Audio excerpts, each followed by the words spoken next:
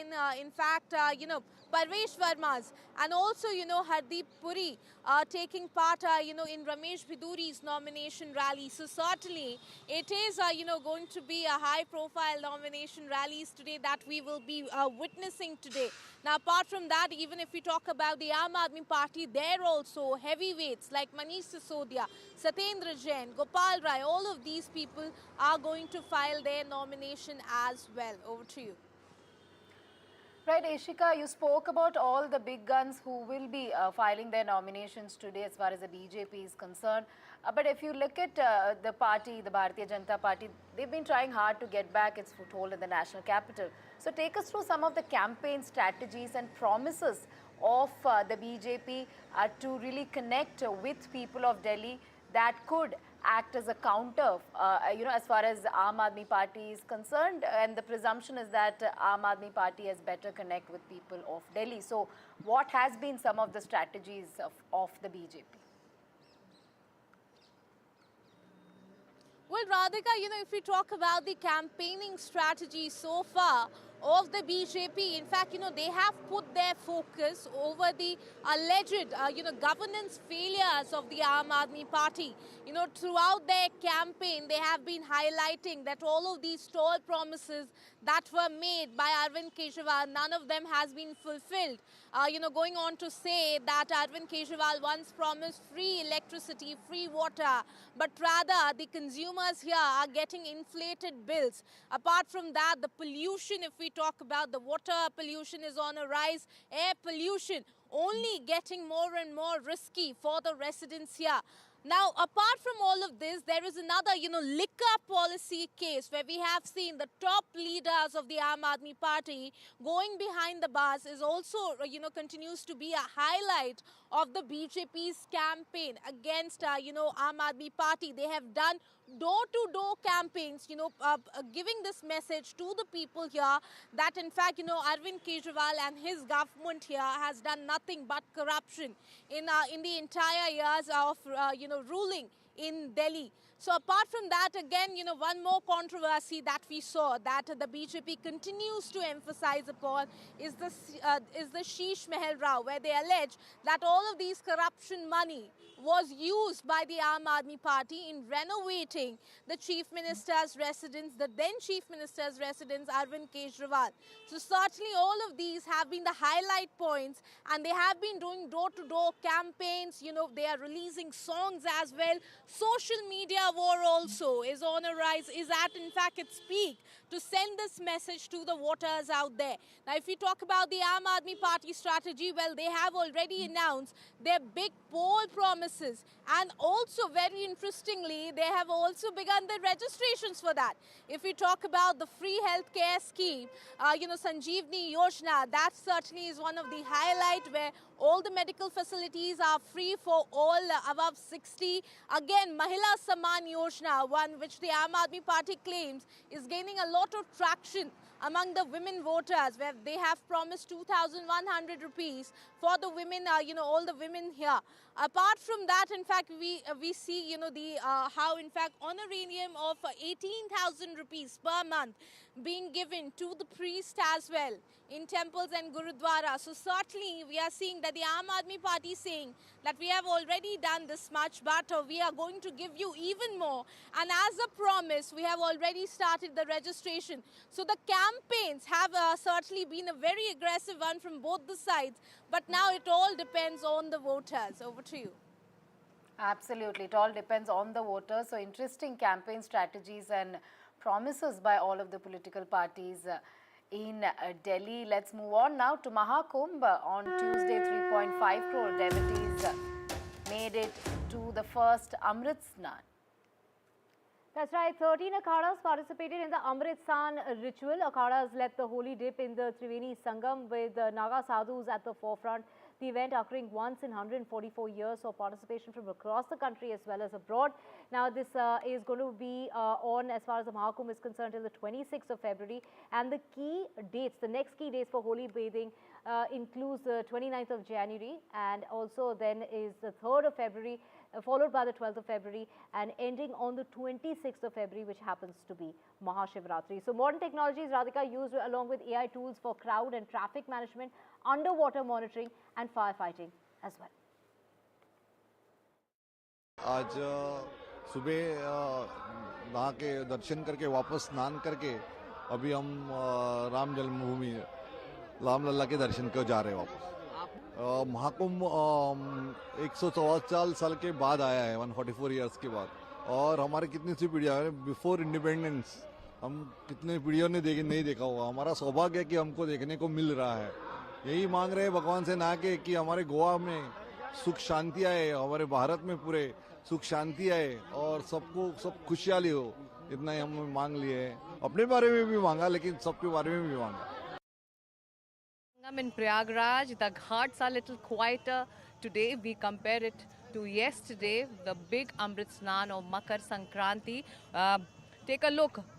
While crores of people had come here for their holy dip yesterday, today they are very few. Well, this is going to be on for next 45 days. So this kind of crowd will be there throughout the month. But the big Snan days, well, that's the day when these ghats will be crowded. There will be no elbow room, no room to move, if I can say that. The next big Amrit Snan is on the Mauni Amavasya Day, which falls on 29 January. And the administration is expecting much more, many more people than Makar Sankranti Snan, which happened yesterday. Yesterday, according to government and administration, the data says around 3.50 crore of people came here for their holy bath. Well, that's the figure. That's one figure which makes it an international wonder that how can so many people can gather for one day and take their holy dip and go back happy. So today is the day for a quieter Sangam Ghat, but the next big Snan, which falls on 29 January, that's the day we are expecting crowd to be triple of the Makar Sankranti day. So that's that from here, but the belief, the faith continues. The seers and saints are on the other end of this river. You can see the pilgrims walking over from the akharas to take their holy dip, because the Sangam Ghat is this side, while the akharas and the saints and the sadhus are there. Their vas is there, the ashrams are there, the akharas are there. They're going to stay there for next 45 days. So this is an everyday picture, everyday view from the Sangam Ghat till the next big Snan, the big Amrit Snan of 29 January happens. In Prayagraj with cameraman Rajesh Gupta, this is Sikta Deo for NDTV.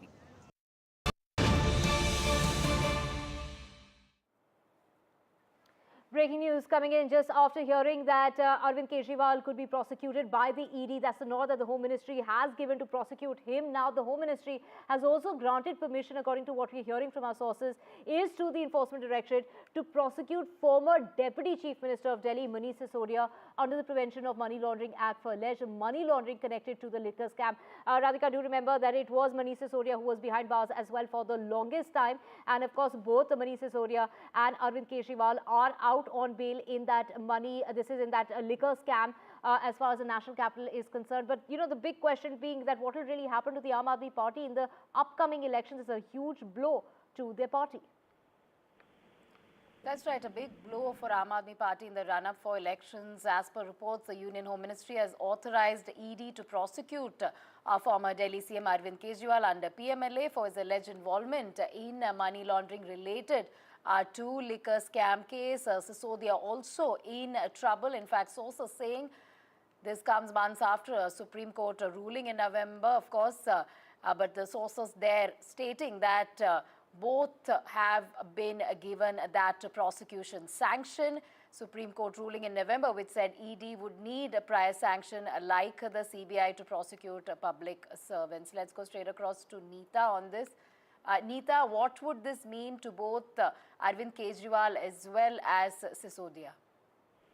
See, as far as the legally is concerned, the case was already going on. The prosecution sanctions is a step further, enabling the prosecuting agencies to go further and frame charges against them. But as far as the political nuances are concerned, it's going to be a huge blow for Aam Aadmi Party campaign. Mind you, Arvind Kejriwal is going to file his nominations today, and both Sisodia and Mr. Arvind Kejriwal are in the fray as far as Delhi elections are concerned. In fact, just yesterday I was speaking to BJP Member of Parliament Kamaljeet Rawat, who is again one of the vocal voices as far as Delhi politics is concerned.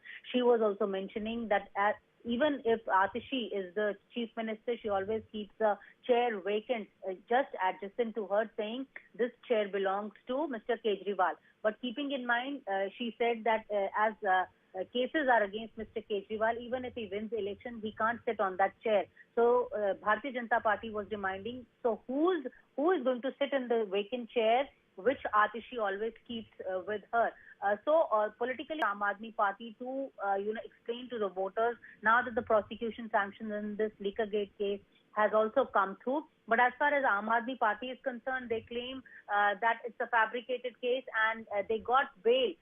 Both Mr. Kejriwal and Mr. Sisodia are out on bail. They say the bail was granted because there was not enough evidences against them. Mind you, again, as far as Mr. Sisodia is concerned, he has already been, in that Snoopgate case also, prosecution sanction has been given by Ministry of Home Affairs in prevention of corruption case. So already cases are against him in various courts also. So this is going to be a little tough as far as political battle in Delhi is concerned. Back to you. That's right, a little tough as far as the political battle in Delhi is concerned. Both Arvind Kejriwal and Manish Sisodia in trouble. Divya, let's move on now. Prime Minister Narendra Modi is set to commission 3 frontline naval combatants today at Mumbai's naval dockyard.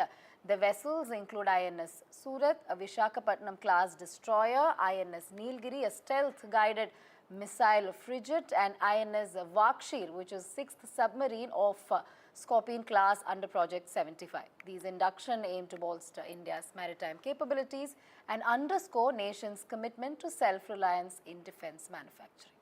That's right. The Prime Minister took to social media platform X just ahead of this event and said that commissioning of 2 Made in India warships and a submarine today would strengthen our efforts towards being a global leader in defence and augment our quest towards self-reliance.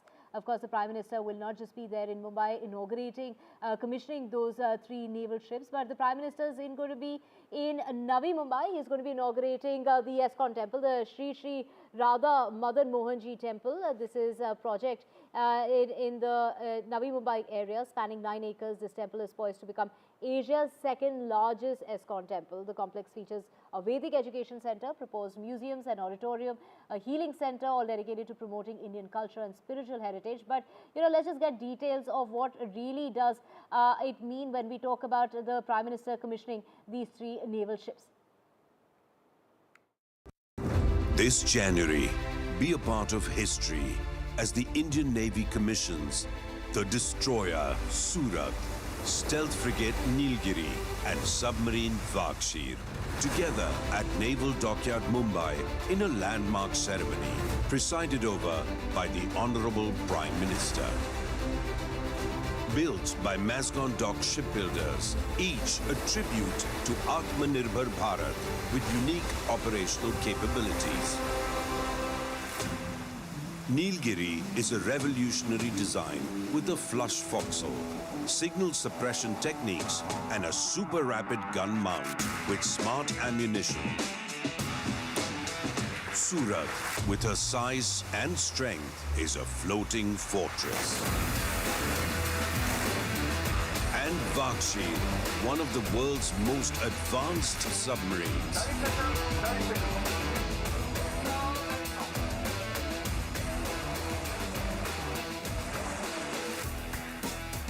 Together, they embody a credible, cohesive, future-ready, and above all, combat-ready force.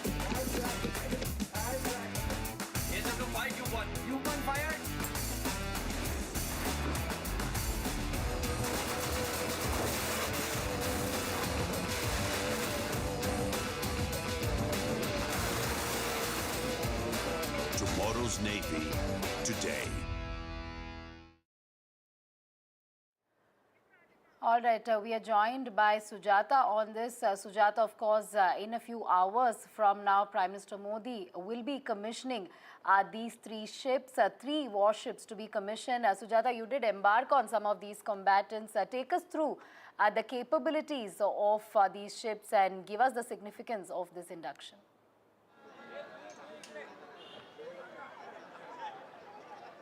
Well, certainly, Radhika, and like you mentioned that today is a very important day.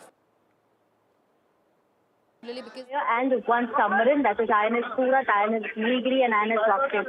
Within shortly, the timing is INS Vakshir. Within shortly, the timing is set to be 10 towards the naval dockyard, where he'll be inaugurating all these two submarines and two of the Indian Navy so far. And also the Prime Minister is going to inaugurate an ISKCON temple in Navi Mumbai, situated in Kharghar. But between this was an important program and an official meeting where a lunch will be taking place of the Mahayuti leaders with the Prime Minister. Now, what holds of prime importance here is the commissioning of two warships and one submarine. The most prominent factor is that ever in history, no such event has happened where three of such vessels have been commissioned together, and today on the eve of National Army Day, this is going to happen. I also speak about the main, feature about these vessels is that almost 75% of the materials that have been used, they are of Make in India products and which have been manufactured by the MSME, that is the medium small enterprise sectors, which of course gives a boost to the economy of India. And also the Prime Minister, like, has always stressed upon the importance of the Make in India campaign, and here the Indian Navy today is going to be one of the prominent examples for that. At present, 10:30 is the timing when the Prime Minister will be reaching the naval docket, from where he will be commissioning these vessels, which have been manufactured at the Mazgaon dock, which took around more than 3 years for these vessels to get ready. And by after 12:30 is when we'll be holding meetings with the Mahayuti leaders, and around 3:30 we'll be in Kharghar, where we'll be inaugurating the temple. So, somewhere an important day for the people of Maharashtra as well. Right, Sujata, thank you so much for getting us all those details. And this really comes at a time when China is expanding its presence when it comes to the Indian Ocean. How does this induction of these new platforms help to counter that build-up? And to get more on this, we have my colleague Vishnu Som with all the details. This is a very important day because it's not often that the Navy commissions three ships all together, two ships and one submarine in this case. Remember, it takes several years for a single warship to be manufactured. To be produced, and India has been notoriously slow in that. But over the last few years, on the back of several orders which have been placed, the pace at which warships are actually being constructed has gone up significantly. Now, one of the ships is a frigate of the INS Nilgiri, the Nilgiri as it is. It becomes INS, or Indian Naval Ship, gets added once the commissioning takes place. So Nilgiri is the first ship of a new class. Both Nilgiri, the destroyer, which is the Surat, and the submarine Vakshir have all been built in India. As far as the destroyer is concerned, the INS Surat, it is one of the most advanced warships of its class anywhere in the world. It has a 75% indigenous content. The submarine, the Vakshir, is the final Scorpion-class submarine to be built in India. The Scorpion-class is a French design, but all the 6 submarines of the class, including Vakshir, were built at Mazgaon docks. But to me, as somebody who's followed the evolution of Indian naval shipbuilding in the last 30 years, I can tell you that the Project 17A frigate, the INS Nilgiri, is what excites me most. It's got several new features. It's equipped with BrahMos cruise missiles. It's got a very advanced Israeli-based radar set. It's called the MF Star, which can track targets at very long ranges. Both from, for targets on the air, on the ground as well, through different sensors. And therefore this represents a significant capability at a time when China seems to be making significant inroads in the Indian Ocean by basing ships, not least of all in Djibouti, which is their first overseas military base. All right, with that, we'll slip in a short break. We have more updates coming up on the other side. That's right. Lots more coming up on the other side, including a war of words that continues between the BJP and the Aam Aadmi Party, but now a poster war as well in the run-up to the elections in the national capital. Get you that and a lot more on the other side.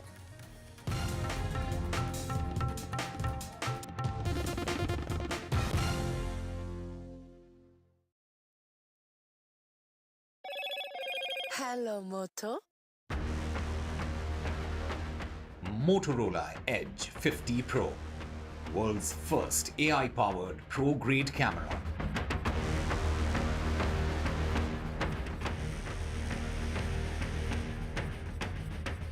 Their nominations today, including Pradesh Verma and Kailash Gehlot, who will be filing their nomination in the national capital. Delhi-NCR faces zero visibility this morning. Fog impacts, the traffic as far as Delhi is concerned between road, rail and air traffic. Well, the airport has, put out an advisory asking flyers to call the airlines before leaving home. Prime Minister Modi to commission 3 naval ships. He'll also be inaugurating the ISKCON temple, the second largest in the country. And during Jallikattu, one person has died on the first day of the event. The bull taming sport continues across several parts of Tamil Nadu despite that death of a tiger. I've been reporting on all issues, big and small, from Andhra Pradesh, Telangana, rest of South India, bringing you all the action, all that you need to know, all that you want to know. The energy of Maximum City is infectious. I bring in that energy in our news coverage from financial capital Mumbai. Covering from the southernmost part of India over the last 23 years, I bring in-depth and 360-degree coverage from the Dravidian heartland. The land of Mishti is also known for its bitter politics. I have seen much water flow under the Howrah Bridge, covering Bengal in all its vivid colors.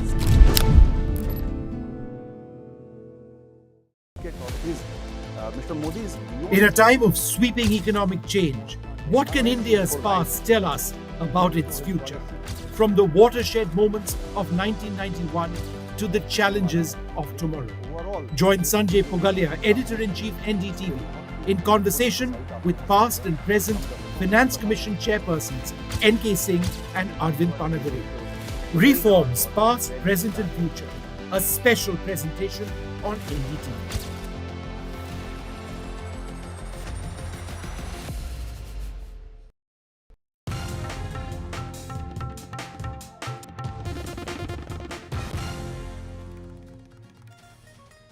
Welcome back. Now, Prime Minister Modi inaugurated the state-of-the-art 6.5-kilometer long tunnel built at a cost of 2,700 crore rupees in Sonmarg. This is an area as part of the 74 new tunnels across the country, totaling over 200 kilometers. We're talking about 273 kilometers in length. This extensive project designed to enhance the nation's highway infrastructure is projected, as far as the Prime Minister is concerned, saying that it will be Jammu and Kashmir that will become a hub of tunnels, bridges and ropeways. Radhika. That's right. In fact, Prime Minister was speaking after inaugurating the newly constructed Z-More tunnel in Sonmarg, located in J&K. Prime Minister said that world is in awe after witnessing the marvelous engineering of the Chenab bridge. So yes, as far as India is concerned, this is a big infrastructure boost by Modi government. The cost of ongoing tunnel project is about 40,000 crore. So rupees 1 crore investment in about 74 tunnels, which will give access to hilly and remote region. 74 tunnels to come up is what is expected, and it is expected to be completed by next few years. Let's go straight across to Nazir on this. Nazir, major infrastructure boost there, 74 new tunnels planned. Z-More tunnel is among the significant infrastructure marvels which are opened in J&K besides several others. Yeah, exactly. And now all eyes are on this Zojila tunnel when that would be completed. I was talking to the officials of the Zojila tunnel, who are a construction company, and they are saying by this end, they would be able to achieve the breakthrough. This is India's longest road tunnel, which is more than 13 kilometers long. and it's expected to be completed by the end of next year. And once that is completed, that is going to be a game changer for the Ladakh region. It will get round the year connectivity. So besides that, there are large number of tunnels which have been either completed or they are in the advanced stage of completion in Jammu and Kashmir, whether it is Srinagar-Jammu National Highway, or there would be a Mughal road, there would be, this tunnel. There are at least 4 corridors between the valley and the Jammu which are being executed. So huge infra push when it comes to building roads, and also we're waiting for the inauguration of the railway, which will finally connect Kashmir with the rest of the country. So the trial runs have already been completed. It is expected that the Prime Minister may inaugurate it anytime later this month. So this tunnel you were talking about, Zojila Tunnel, it is a huge tunnel. It will come up at a cost of 6,800 crores. Earlier, its cost was something like 12,000 crores. So it is something the government is trying to ensure that there is round the year connectivity for the Ladakh and the valley as well. Right. Thank you so much, Nazir, for joining us with those details. To get to know more on this, we have Bhavreen Kandhari, environmentalist, joining us. We also have Vaibhav Dange, public policy expert, joining us. Over to Vaibhav first. Vaibhav, take us through a very ambitious project there of 74 tunnels. We're talking about a price tag that's coming about of just this, recently launched tunnel of 6.5 kilometers, which has come at a cost of 2,700 crore rupees. And here we're talking about a total of 273 kilometers in length as far as these 74 new tunnels are concerned. This is, of course, part of that. What lessons have we learned from the past in order to ensure the safety and the implementation of, the state-of-the-art technology when it comes to these tunnels? Absolutely. In fact, the entire Himalayan region is expecting more than 74 tunnels, spanning, as you said, for more than 275 kilometers of length. These tunnels, mostly in Jammu Kashmir and Himachal Pradesh, and even in the eastern part of India, Himalayan region of the eastern part of India. In fact, the recently opened Zedmod tunnel is an state-of-art tunnel which has been built, which has not only opened up the opportunity for connectivity with this region, but it has also built a lot of capabilities within Indian engineering capabilities. For example, this is the first tunnel which has used modern technology, which has used entire mud that has been dug out of the tunnel for aggregate, sand, and other. So it's a recycle of the entire material, which also has its own positive impact on the environment. And looking at the fragile region in the Himalayan terrain and the need of our connectivity in the Himalayan terrain, tunnels are the only possible technological solutions which will solve this challenge of connectivity 24/7. We have seen post Kargil there has been tremendous amount of money spent on storages and connectivity for our strategic purposes. And with this 24/7 connectivity coming from whether it is Zedmod tunnel, Zojila tunnel, between Jammu, Srinagar and Ladakh there are 33 tunnels planned. Out of these, I think 17 are completed and around 18 are under construction. So this entire range of tunnels that are being built, whether it starts with Chenani Nashri, Ramban Manihal, then Zedmod, then Zojila. On the Himalayan side, after the Atal tunnel, there is Barchala tunnel being planned. There are tunnels planned at Tangtangla. Then further, down so the entire Lahul Spiti area. So looking at the fragile terrain there, tunnel is the only engineering solution which can ensure there is a 24/7, 365-day connectivity, not only for people of the Ladakh and people of the difficult region, but also for our strategic needs. And therefore, it also saves a lot of resources for a country in storages, defense purposes, providing connectivity. For example, Zedmod alone, that Gagangir, 6 months, entire population comes down towards Srinagar, for a livelihood. With this tunnel happening, this population need not come down to Srinagar. They can stay in Gagangir, Sonmarg, and they can earn their livelihood there. So, these are social and other impacts that has happened.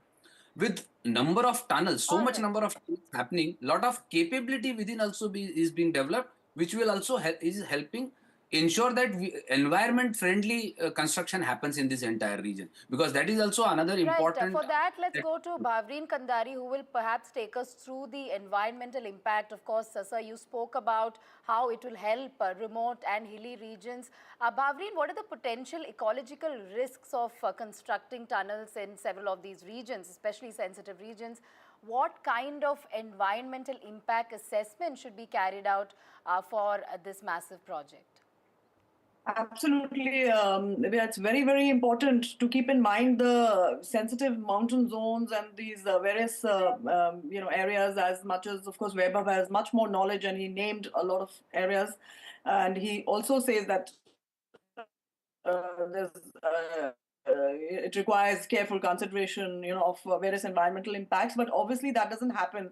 I mean, I'd like to even point out, from before, like when we try to bring in community in the front and say that it's benefiting them, and then you lose the complete towns, like in Uttarakhand, what happened to Joshimath, etc. So those are the kind of decisions that need to be checked, and because there is, without any, adequate environmental safeguards, the short-term benefits of these projects, could be outweighed by these long-last negative effects on both, nature and communities. And that is what needs to be measured along with, the various studies and the harmful effects. We are talking about mining and extensive excavation of, soil, etc. So that is, itself speaks, even on a smaller areas, when you are doing construction, there's huge amount of devastation. Now, these processes are huge. There's a huge amount of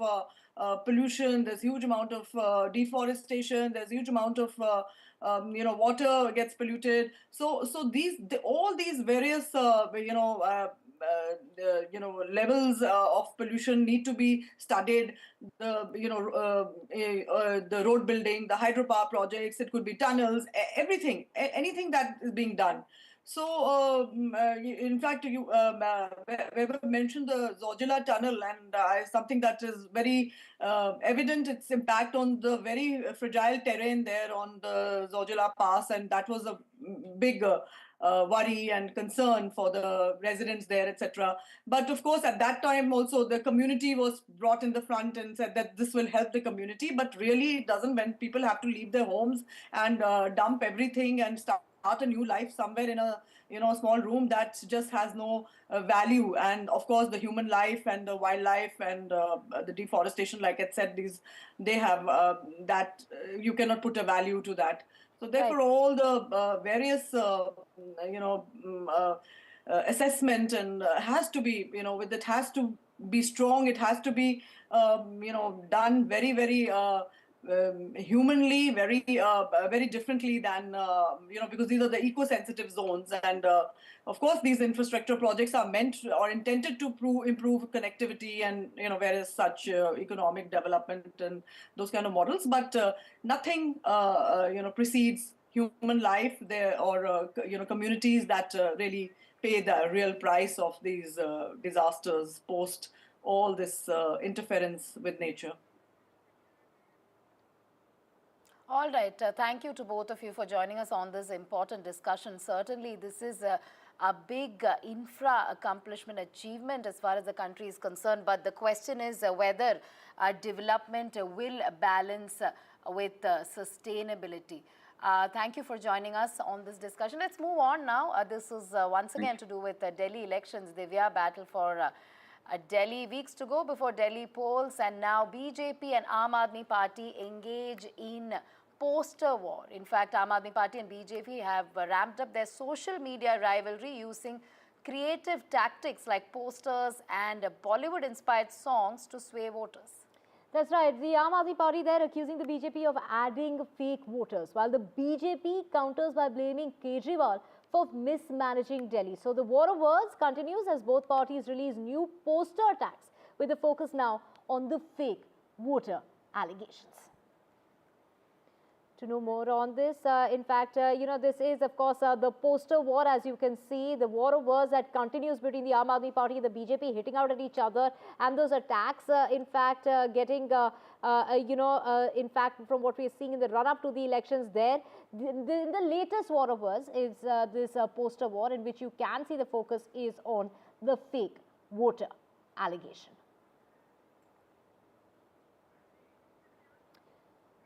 Moving on to some international news, an impeached South Korean president Yoon Suk Yeol has been arrested. An anti-graft agency investigating his 3rd of December 2024 martial law attempt. And do remember, Radhika, this is the second attempt. In the first attempt, they weren't allowed to, in fact, get inside his residence. And now in the second attempt, they have managed to arrest the former president.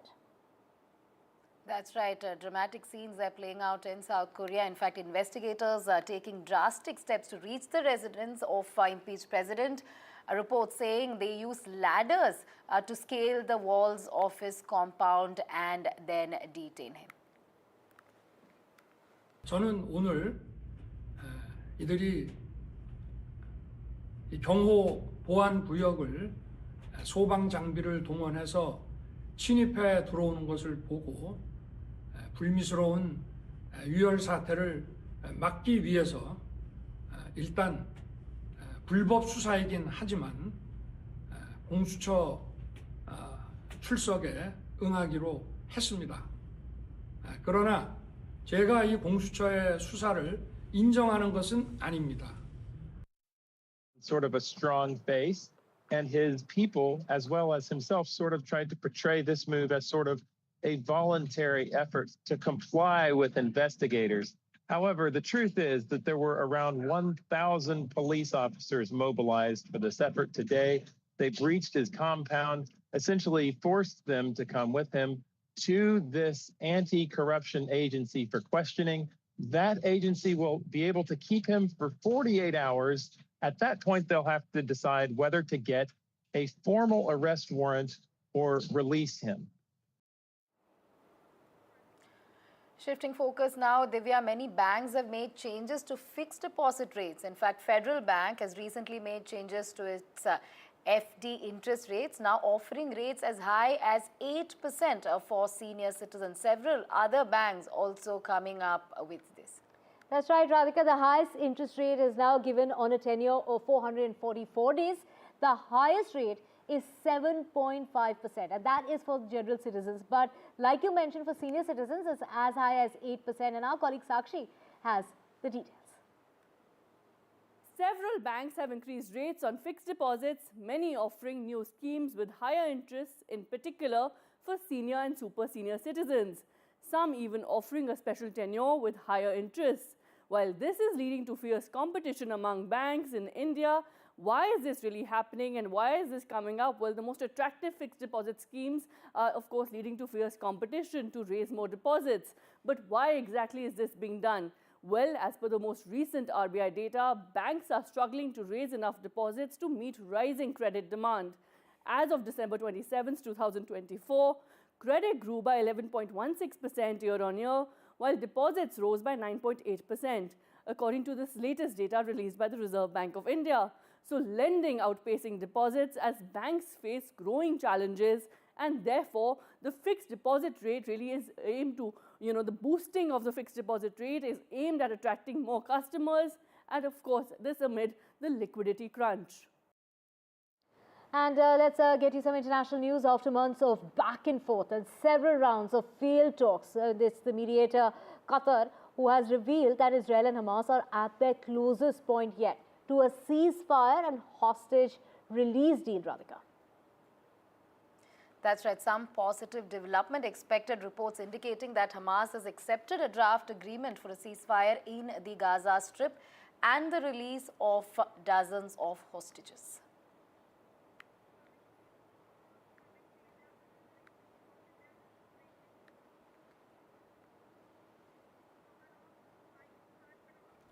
Of course, this coming at a time just ahead of that inauguration ceremony of President-elect Donald Trump coming up on the 20th of January, Radhika. And with that is a wrap on this edition. So far, we have a lot more coming up on the other side, Radhika. That's right. We'll be back with more on the other side. Stay tuned.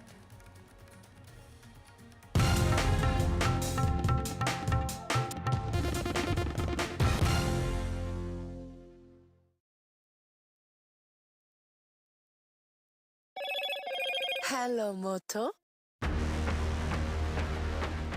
Motorola Edge 50 Pro, world's first AI-powered pro-grade camera.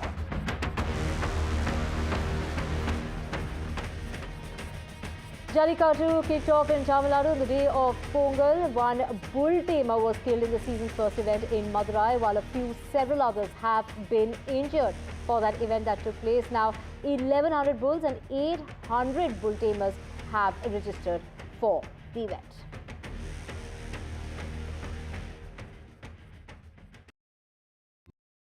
In today's interconnected world, India's voice is more crucial than ever. When India speaks, the world listens.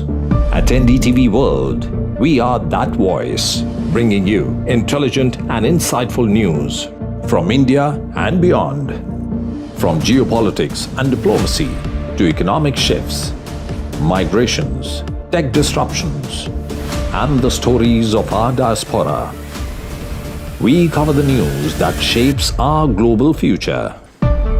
NDTV World, your new home for global news, is here.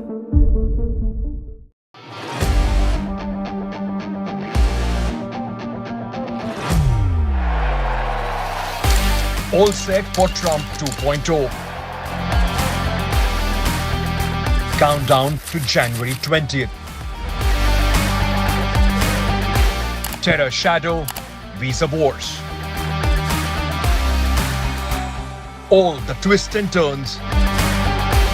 Tracking Trump takeover. Every day at 10:30 p.m. only on NDTV 24/7.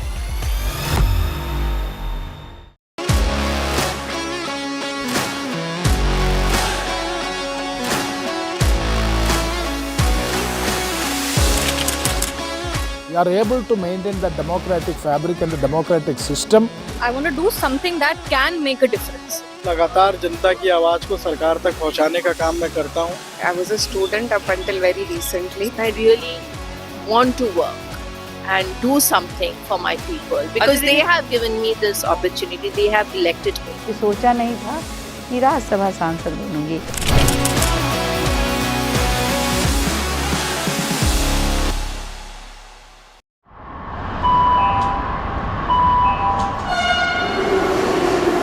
Kind attention, please.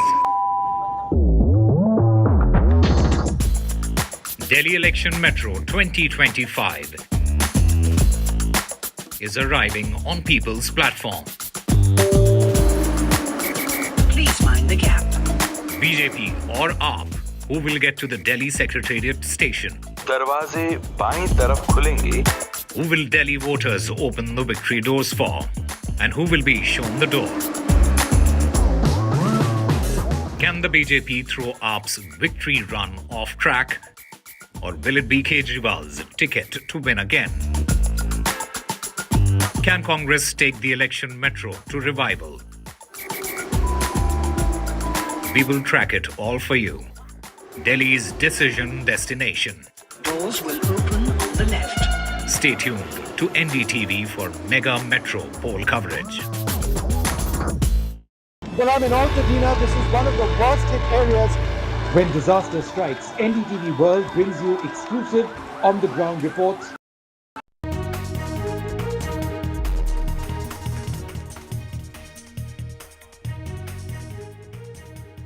It's 10 a.m. You are watching NDTV 24/7. I'm Parmeshwar Bava. We've got an action-packed bulletin lined up for you from news from across the country and around the world. Let's begin with the headlines we're tracking at the moment. Prime Minister Modi will commission 3 key naval combatants at the Naval Dockyard in Mumbai in a short while from now.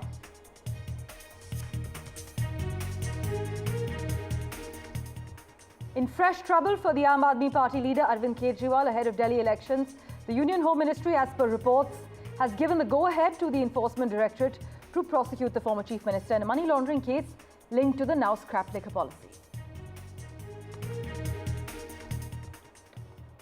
It's a big day for nominations in Delhi.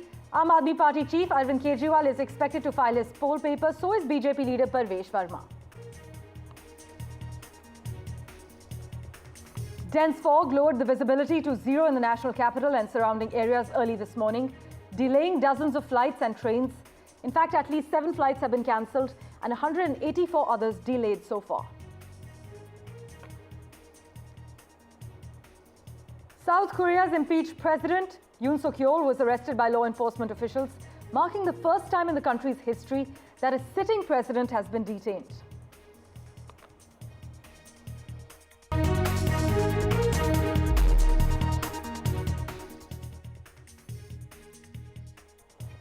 Well, our big focus, Prime Minister Modi is set to commission 3 frontline naval combatants today at Mumbai's naval dockyard.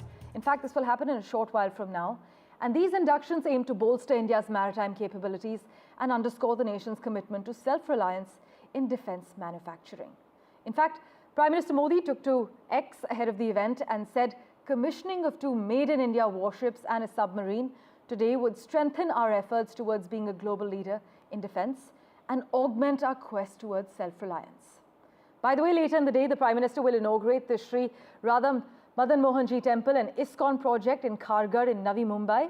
This spans about 9 acres and this temple is poised to become Asia's 2nd largest ISKCON temple. But regarding the 3 naval combatants, take a look at the details. This January, be a part of history as the Indian Navy commissions the destroyer Surat, stealth frigate Nilgiri and submarine Vakshir together at Naval Dockyard Mumbai in a landmark ceremony presided over by the Honorable Prime Minister. Built by Mazgon Dock shipbuilders, each a tribute to Atmanirbhar Bharat with unique operational capabilities. Nilgiri is a revolutionary design with a flush forecastle, signal suppression techniques and a super rapid gun mount with smart ammunition. Surat, with her size and strength, is a floating fortress. And Vakshir, one of the world's most advanced submarines.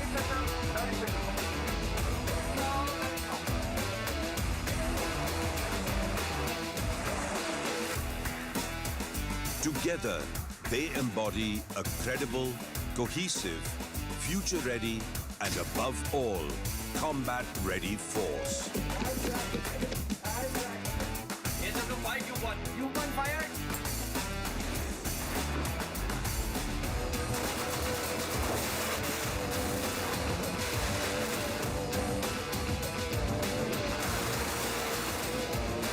Tomorrow's Navy, today.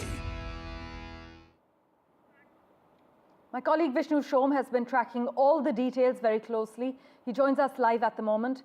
Vishnu, how are these naval combatants being inducted into the Indian Navy? Absolutely state-of-the-art. They are state-of-the-art. And you know, Parmeshwar, this is an area where India has done so well over a period of time. If you look at the INS Surat, which is the last of its class of the Project 15 Bravo destroyers for the Indian Navy, these are easily among the most advanced in the world, 75% indigenous manufacture. They've got state-of-the-art BrahMos missiles. They've integrated Israeli sensors with Indian sensors. They've got a US helicopter, Ukrainian propulsion. But despite this, the integration is entirely Indian. The design is Indian. Then, of course, there is the Project 17A, the first of class, the INS Nilgiri, which is being commissioned today by the Prime Minister. That is, it's an evolution of the Shivalik class frigate, which is already in service. It's a better design. It's got more features, better radars, more integration. And it's learned on what we have over the last 10 odd years with the Shivalik class frigates. Now, these are all made in India, designed to India, to Indian specifications for the Indian Navy to operate in Indian waters. So very different from an import, which sort of is something that you pick up. And of course, there's a submarine, Vakshir, that you see on your screen right now. That's also, it's a French design, but made at Mazgon Docks. The final, the sixth of the 6 Calvary-class submarines, which have been built in India. Again, a huge force enhancer for the Navy. Also, as we've been discussing, the induction of the destroyer, the frigate and the submarine come at a time when China is expanding exponentially and is enhancing its presence in the Indian Ocean. Vishnu, how does the induction of these new platforms help to counter that build-up? Well, China is growing at a faster pace militarily and certainly in terms of naval inductions than any other navy in the world. They are, according to the US, which has been the premier navy in the world, a near peer. Some would suggest that at this stage, in some respects, the Chinese might actually be ahead of them, not least of all on the pace in which they are constructing warships. Now, in the Indian Ocean region, they've set up their first overseas base in Djibouti in the Horn of Africa. We've seen them deploy very large research and surveillance and observation ships in Hambantota in Sri Lanka. There are research ships which they employ regularly in the Bay of Bengal, perhaps to map the waters of the Bay of Bengal, because that's where India would deploy perhaps our nuclear ballistic missile submarines. So they are a presence here, firstly. And secondly, Pakistan is acquiring several China-built frigates as well, and those are in the process of being acquired, also Chinese submarines. So the acquisition of these platforms that you see today, 2 frontline warships and 1 submarine, help towards countering the threats which I've outlined. As always, Vishnu, thank you so much for taking us through how significant this development is in terms of India's ambitions to become a global leader in defense manufacturing as well as maritime security. We also have with us my colleague Sujata, joining us live from Mumbai at the moment. Sujata, the Prime Minister's visit today marks a leap in India's naval power, as Vishnu's also established. But take us through the Prime Minister's plan of action. Well, from 10:30 onwards, the Prime Minister will be at the Western Naval Command Office, where he'll be inaugurating and commissioning the 3 important vessels for the Indian Navy. And also what makes it even more important is that 3 vessels altogether at once will be commissioned. Also, if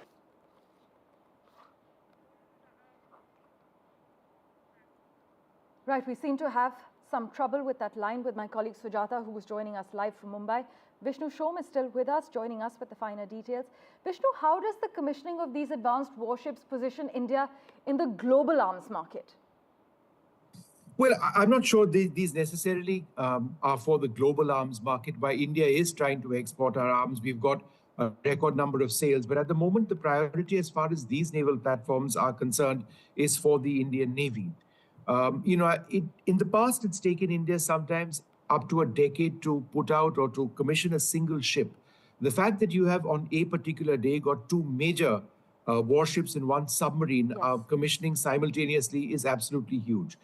It represents the fact that the pace of naval shipbuilding has improved, the quality has improved, and what the technology that we are now using, modular technology, to bring together different parts of the ship and then sort of merge them together or bring them all together is a style. Modular construction is a style of construction which brings in a far greater level of efficiency. You enhance the pace of manufacture if you're actually able to do that. And that's what these platforms, the Shivalik class frigate that we were talking about, the Nilgiri, is something that it can actually do, the Project 17A class frigate, I should say. So ultimately, if there are orders and India chooses to actually export these ships, then that might actually take place. But these are for the Indian Navy, and they add incredibly to the numbers that we have. Remember, we have less than 20 destroyers in service, or less than 15 destroyers in service. We've got approximately less than 20 frigates in service. So these platforms add a lot to the numbers. But I should also add that in terms of the capability of these warships, the quality of the warship, these are absolutely state-of-the-art. They've got an Israeli MF-Star radar. That's the radar you see right on top of the ship, which can detect incoming missiles at very, very long ranges, very robust ranges. And then you've got the Barak 8 missile system, a surface-to-air missile system, which is now manufactured in India as well, which can be used to engage incoming threats, incoming aircraft or missiles. Then there's the Made in India BrahMos missile, which is the primary cruise missile of the Indian Navy. Those can travel out to ranges of well beyond 300 kilometers to strike enemy ships or ground targets as well. These are some of the most capable anti-ship missiles in the world, or ship-launched cruise missiles in the world, traveling at Mach 2.8 or 2.8 times the speed of sound. So, that's important. And finally, what you saw just a few moments back were images from the Vakshi, the submarine, the 6th of the 6 French-designed Scorpion-class submarines manufactured at Mazgaon Docks Limited, relatively very silent submarines, which obviously in terms of enhancing the number of India's submarine fleet is very important, because you've got the Pakistan Navy, which is operating French-designed submarines as well. They're acquiring Chinese-built submarines. And so these submarines go a long way in targeting that. Now, these are diesel-electric submarines. They are not ballistic missile submarines of nuclear-powered fast attack boats. So they do have limited endurance. India is using these to complement what we hope will be a fleet of nuclear-powered ballistic and fast attack submarines. That's a separate line of submarine development which is taking place. But this submarine has decent range. It's certainly something which can take on threats from Pakistan, and they can certainly sail further afield as well. Vishnu, as always, thank you so much for joining us with all the details. Well, in other news, as per reports, in fresh trouble from Aam Aadmi Party leader Arvind Kejriwal ahead of the Delhi election, the Union Home Ministry has given the go-ahead to the Enforcement Directorate to prosecute the former Chief Minister in a money laundering case linked to the now scrapped liquor policy. The Home Ministry, sources have informed us, has also okayed the agency's prosecution push in the case against senior AAP leader and former Deputy Chief Minister Manish Sisodia. Now, this comes months after a Supreme Court ruling in November, which actually said that the Enforcement Directorate would need prior sanction, like the Central Bureau of Investigation, to prosecute public servants. Now, while the central agency has said that Mr. Kejriwal was the mastermind of alleged irregularities in the Delhi liquor policy case, the framing of charges was pending in a Delhi court since it did not have the clearance. The fresh development has now removed that very obstacle.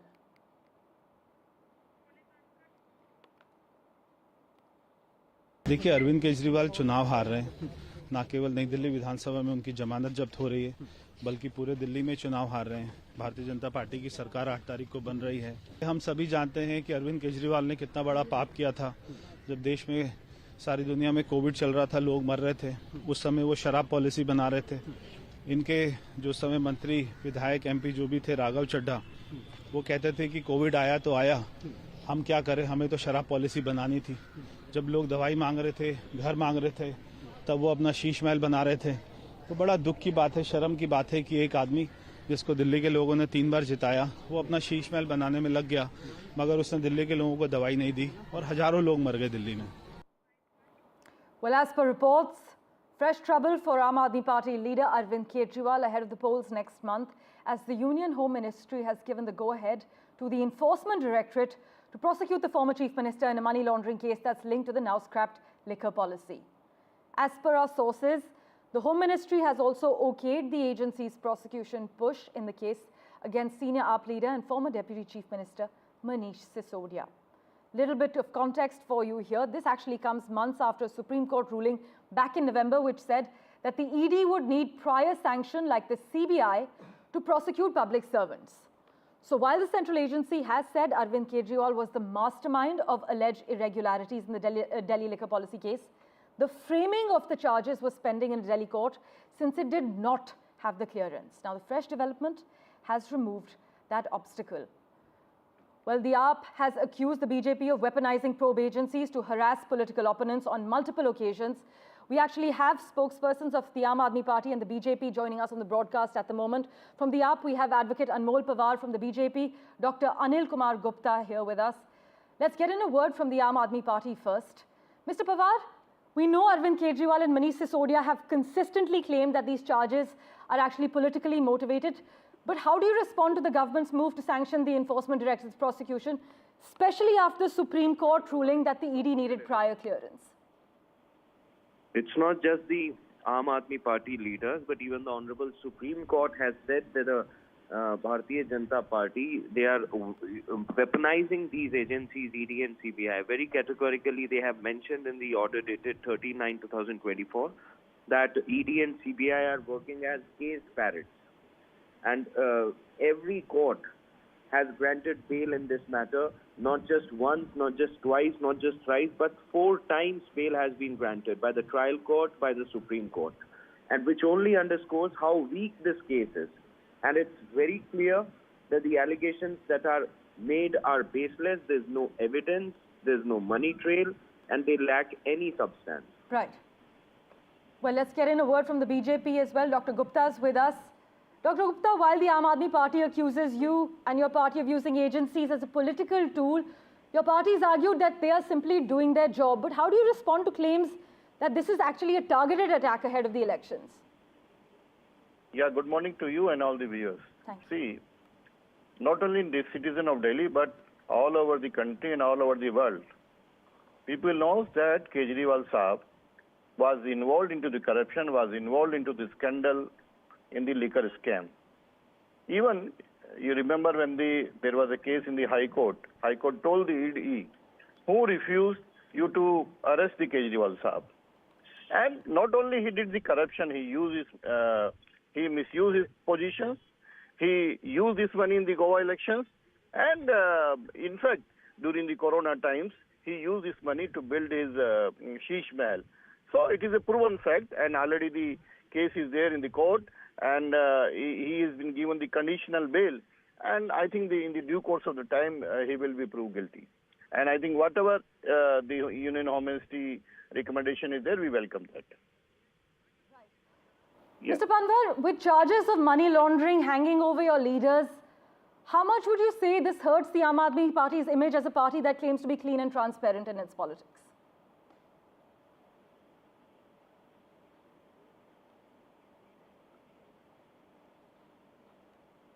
Mr. Panwar, am I audible to you? Right, we seem to have lost that line with the Aam Aadmi Party spokesperson, but you've just heard from the BJP and the Aam Aadmi Party. We will, of course, get you regular updates as and when we hear of the next developments. Meanwhile, it's a big day of nominations as far as Battleground Delhi is concerned. The Aam Aadmi Party chief, Arvind Kejriwal, is expected to file his nomination papers. So is BJP's Parvesh Verma. Tanushka has all the details for us. In fact, she's going to be joining us in a few moments from now. But as you've seen, it's been quite an intense campaign battle as far as Delhi is concerned. We've had the BJP swinging allegations regarding the Aam Aadmi Party. What they call is the Aam Aadmi Party's Sheesh Mahal. There have been allegations and accusations of corruption slinging back and forth from all opposition parties. But in Delhi, it is a triangular contest between the BJP, the Congress, and the Aam Aadmi Party, which has been in power for a decade. In fact, the latest development we can share with you as far as Battleground Delhi is concerned.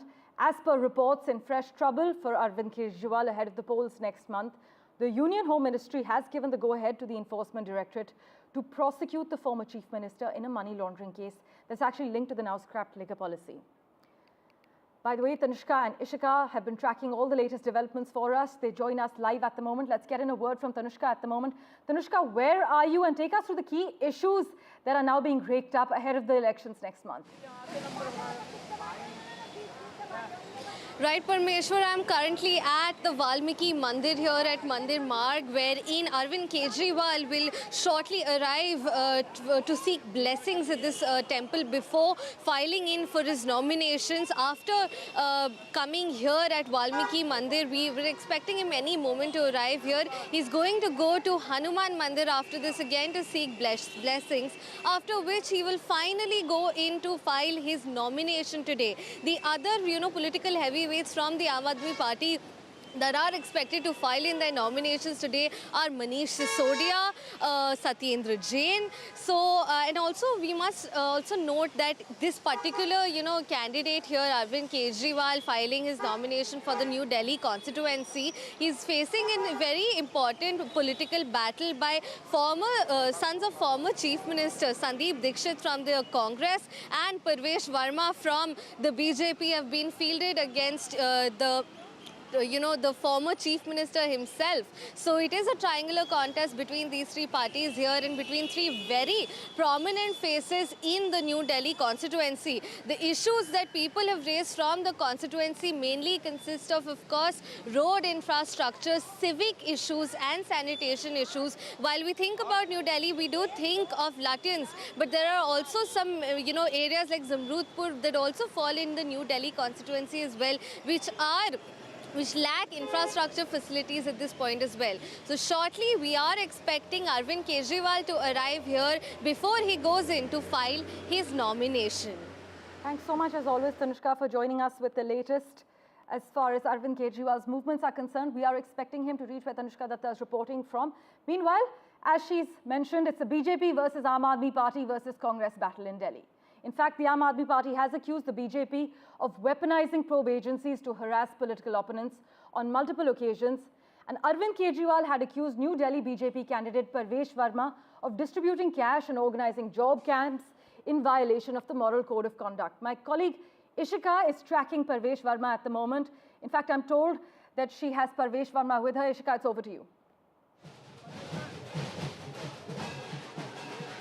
Well, yes, in fact, we are currently showing you the visuals. The BJP candidate from the New Delhi Constituency, Parvesh Verma, is also, in fact, going to file his nomination today. You can see that he's currently here outside his residence from where he'll begin his nomination rally, and he's currently present with the Sheesh Mahal replica. We're trying to show you the visuals as well, and we are trying to also gather as to what he is saying currently, but certainly Parvesh Verma continues to say that he is very much confident that this time he is going to win from the New Delhi constituency, and in fact he's also here, saying that this time Arvind Kejriwal is going to lose. But certainly very interesting visuals that we continue to show you. You can see that even today, Parvesh Verma can be seen with the Sheesh Mahal replica as well. We will try to go towards, in fact, Parvesh Verma as well. We'll try to go and talk to him as well, but we continue to show you the visuals and also, the kind of show of strength that he is showing ahead of his nomination rally. The supporters of him, that have gathered here at the moment. You can see here a chaos-like situation is certainly what has happened here. So certainly now, Parvesh Verma saying that he is currently very, very confident, of winning the election this time. And you can see him heading towards what, filing for his nomination here. And certainly the Sheesh Mahal Rao, as you can see, continues to be the highlight.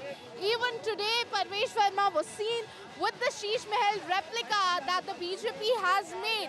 And in fact, attacking Arvind Kejriwal over it.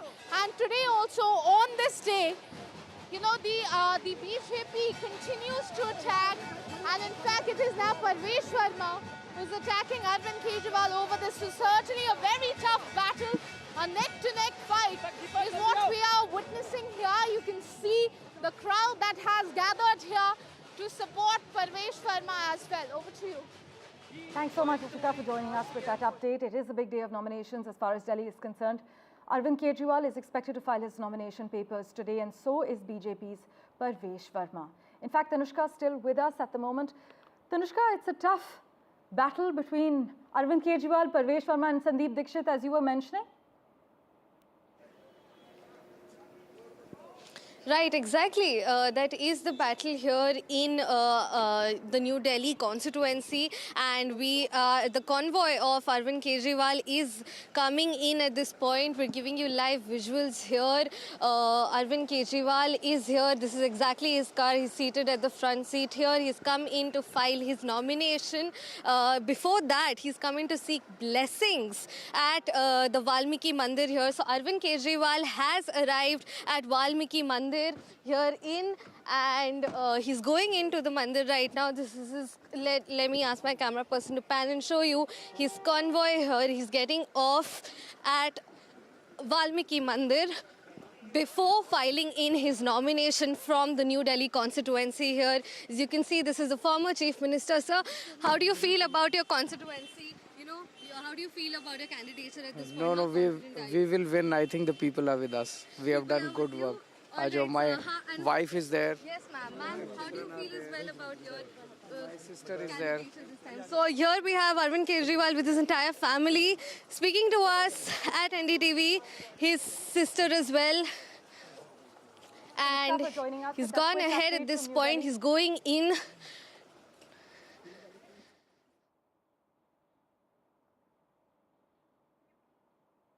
Well, thank you so much, Tanushka, for joining us with that update from New Delhi. My colleague Tanushka Datta getting in a word from the Aam Aadmi Party boss Arvind Kejriwal as he heads into the Valmiki temple to seek blessings ahead of filing his nomination papers for the upcoming assembly polls in Delhi.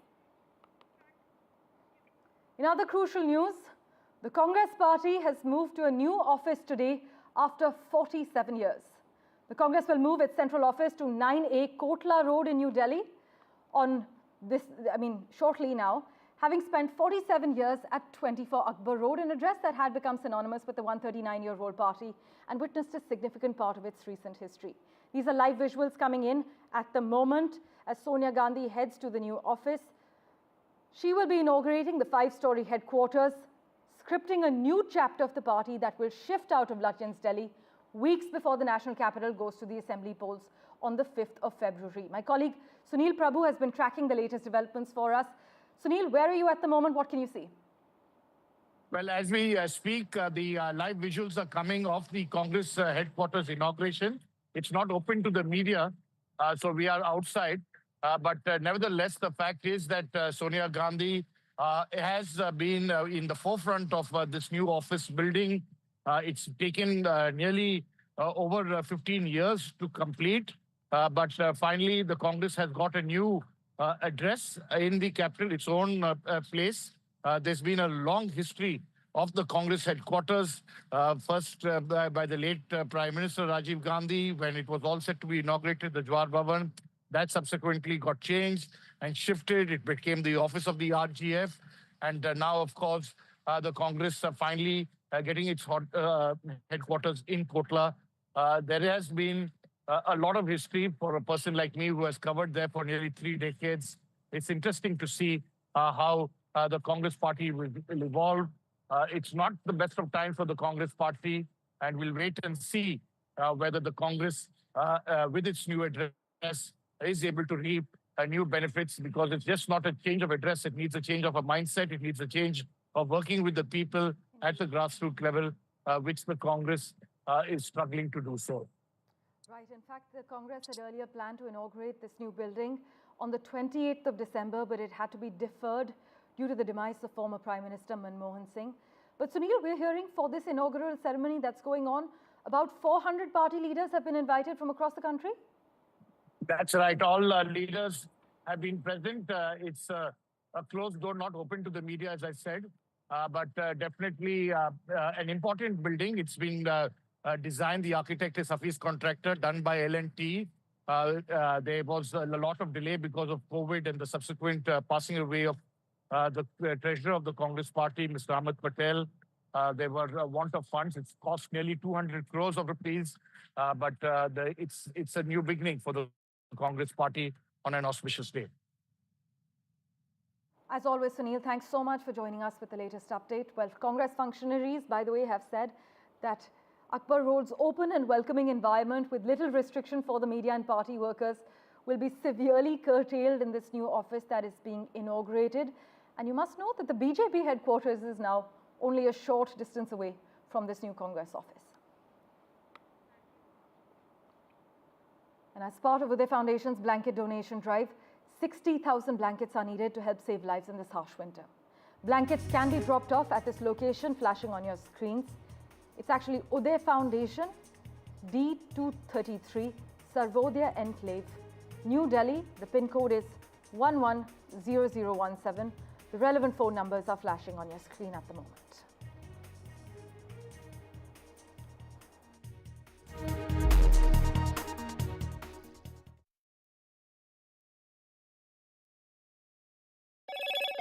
Hello, Moto.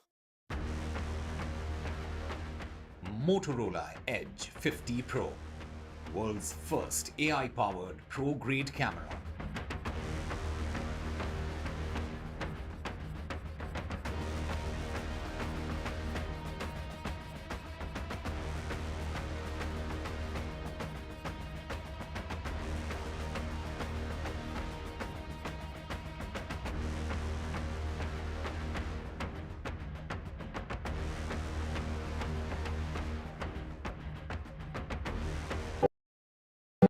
been reporting on all issues big and small from Andhra Pradesh, Telangana, rest of South India, bringing you all the action, all that you need to know, all that you want to know. The energy of Maximum City is infectious. I bring in that energy in our news coverage from financial capital Mumbai. Covering from the southernmost part of India over the last 23 years, I bring in-depth and 360-degree coverage from the Dravidian heartland. The land of Mishti is also known for its bitter politics. I have seen much water flow under the Howrah Bridge, covering Bengal in all its vivid colors.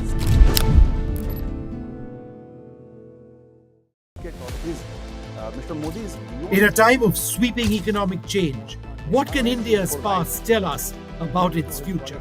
From the watershed moments of 1991 to the challenges of tomorrow.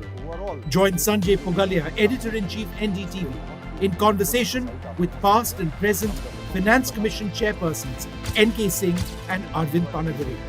Reforms Past, Present and Future. A special presentation on NDTV.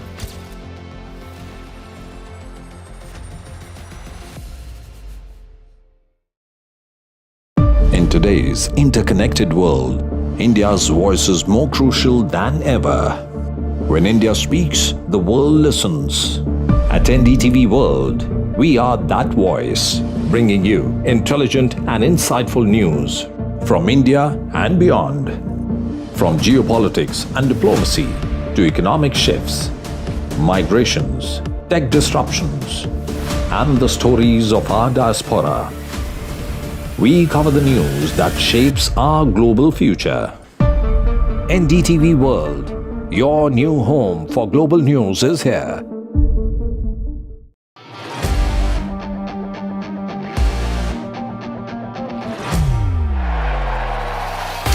All set for Trump 2.0.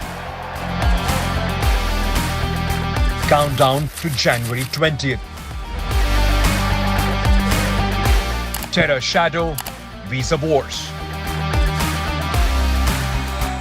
All the twists and turns. Tracking Trump takeover. Every day at 10:30 p.m. only on NDTV 24/7.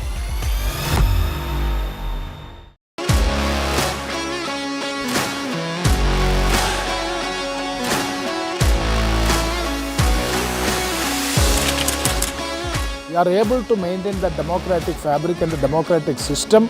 I want to do something that can make a difference. लगातार जनता की आवाज को सरकार तक पहुंचाने का काम मैं करता हूं. I was a student up until very recently. I really want to work and do something for my people because they have given me this opportunity. They have elected me. सोचा नहीं था कि राज्यसभा सांसद बनूंगी.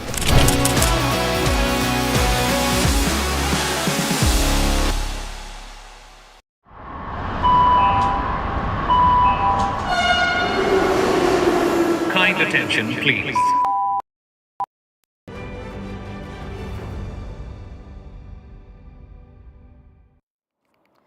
Well, let's get you the latest from Delhi, where a three-way contest is on the cards between the ruling Aam Aadmi Party, the BJP and the Congress.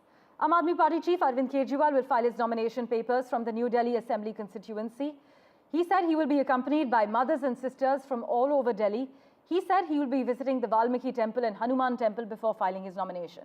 In fact, he is at the Valmiki temple at the moment, where my colleague Tanushka Datta is reporting from. Let's go across to Tanushka for the live updates. Tanushka, it's over to you. Right, Parmeshwar. So, Arvind Kejriwal expected to come out of the temple anytime soon now. And after this, we will go over to the Hanuman temple, where again he'll be taking blessings. And after that, he's expected to carry out the rally as road show. After which, he will finally go in to file his nomination.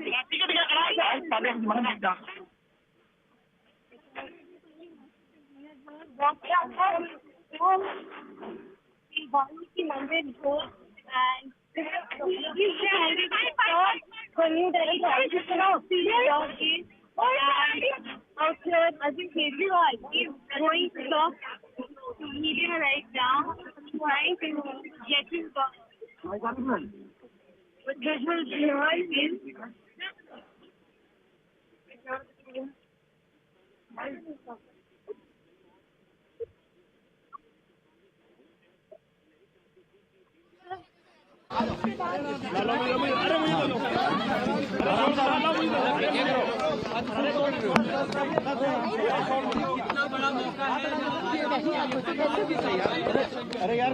अभी हम लोग भगवान वाल्मीकि जी का आशीर्वाद लेके आ रहे हैं। मैं हूँ, मेरी पत्नी है, मेरा बेटा है, मेरी बेटी है, मेरी बहन है और हम सब लोग भगवान वाल्मीकि का आशीर्वाद लेके आ रहे हैं।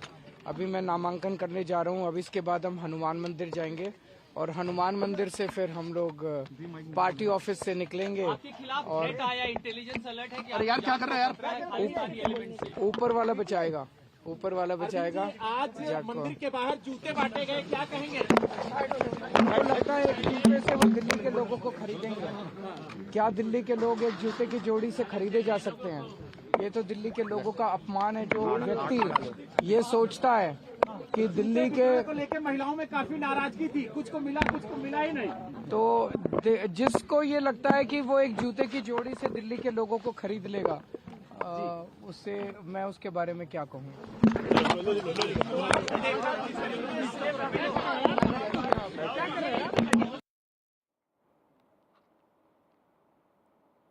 Well, you've just heard the Aam Aadmi Party boss Arvind Kejriwal saying him and his family have prayed at the Valmiki temple.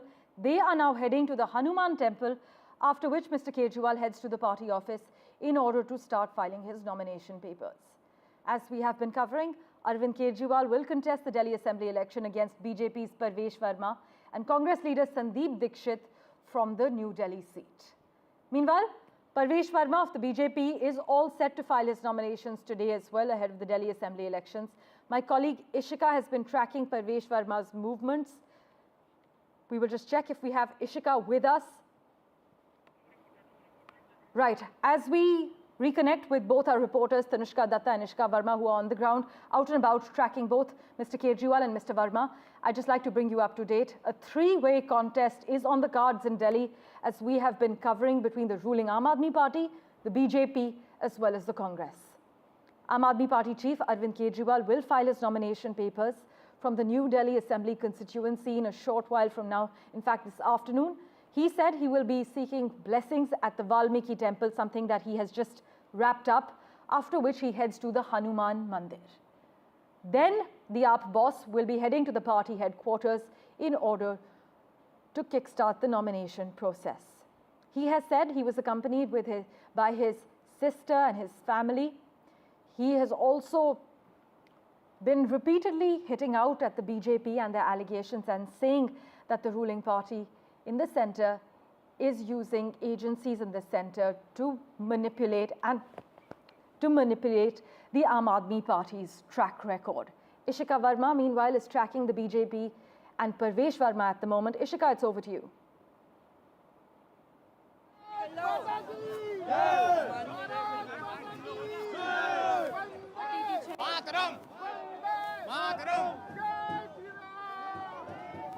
So in fact, you are currently seeing the show of strength that we are seeing in Parvesh Verma's nomination rally.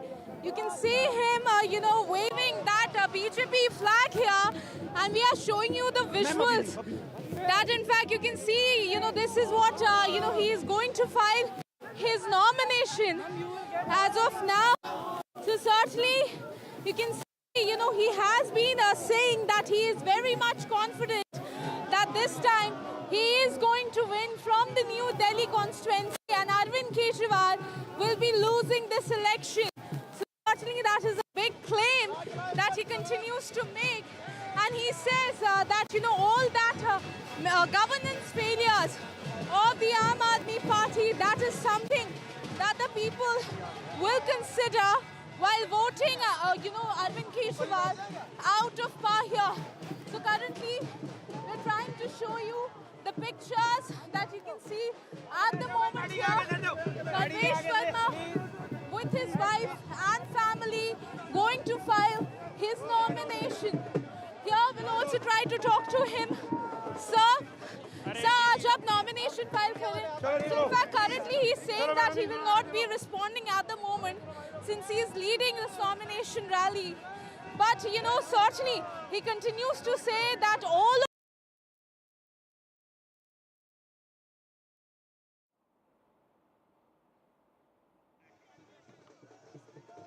Well, you've just heard, as far as BJP's Parvesh Verma is concerned, it's a big day for him, as well as he is expected to file his nomination in a short while from now.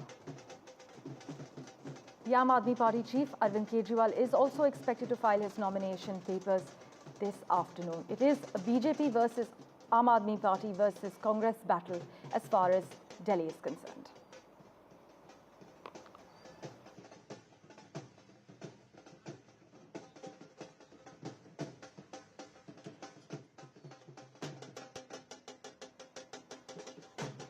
Right, Ishika still with us, tracking the BJP and Parvesh Verma's nomination rally.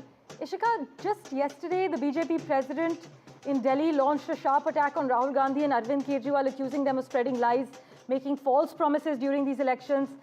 Arvind Kejriwal has repeatedly said Parvesh Verma is violating the Model Code of Conduct. Take us through the politics that have played out just in the last 24 hours.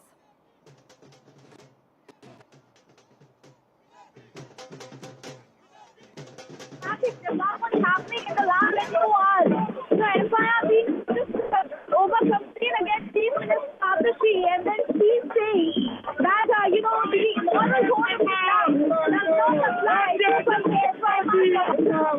We have seen how Parvesh Verma has been, on the target of the Aam Aadmi Party, rather Aam Aadmi Party leader from the Aam Aadmi Party Supremo Arvind Kejriwal, has been from day one hitting out at Parvesh Verma. So certainly he has been one of the most highlighted candidates in this election, and has to be, because the New Delhi seat is the most highlighted seat in this election, and Parvesh Verma, being the former MP, has also in fact been someone who can give expertise and the most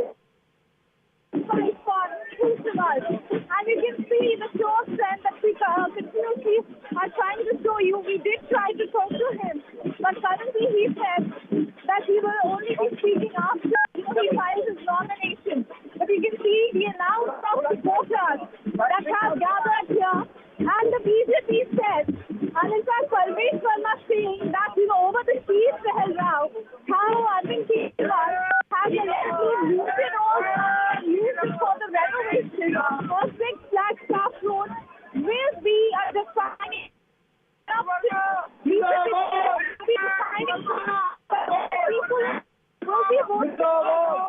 of power. With that confidence, BJP is in fact, stepping into this election. Well, it remains to be seen how to play out in the end. Of Parvesh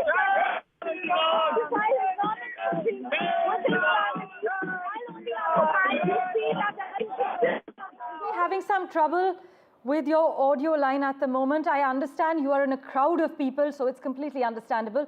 But I must also inform our viewers that the District Election Officer of New Delhi Constituency has forwarded various complaints of violations of Model Code of Conduct filed by Aam Aadmi Party and its convener Arvind Kejriwal against BJP's candidate Parvesh Verma to the police for investigations. In fact, the complaints filed by Aam Aadmi Party's legal cell and Mr. Kejriwal have alleged setting up of job camps under the Har Ghar Naukri campaign for registrations, and also distribution of some money, about 1,100 rupees, by BJP and Mr. Verma. This is what officials have informed us.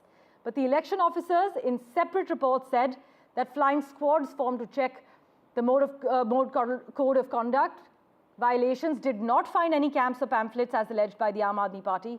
The New Delhi District Election Officer, in an action taken report submitted to the Chief Electoral Officer, has said that police authorities were asked to investigate the facts of the allegations of job camps as well as the distribution of cash and take action as per Representation of People's Act. Live visuals coming in as BJP's Parvesh Verma holds a nomination rally before filing his nomination papers for the upcoming assembly polls. Listen in to what the BJP candidate has to say.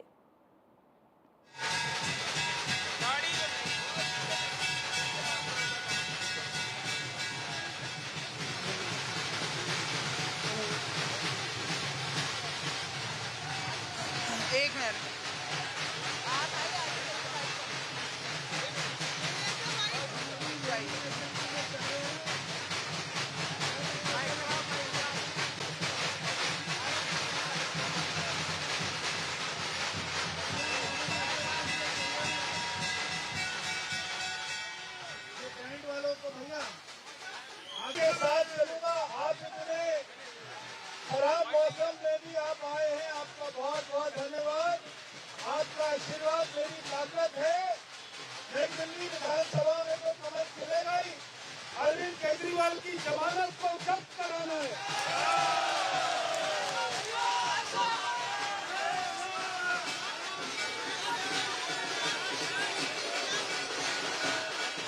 Arvind Kejriwal की जमानत जब्त होने वाली है। नई दिल्ली में भारी बहुमत से हार रहे हैं वो, इसलिए बौखला गए हैं, झूठ बोलना शुरू कर दिया है, मगर दिल्ली की जनता उनके झूठ को पहचानती है।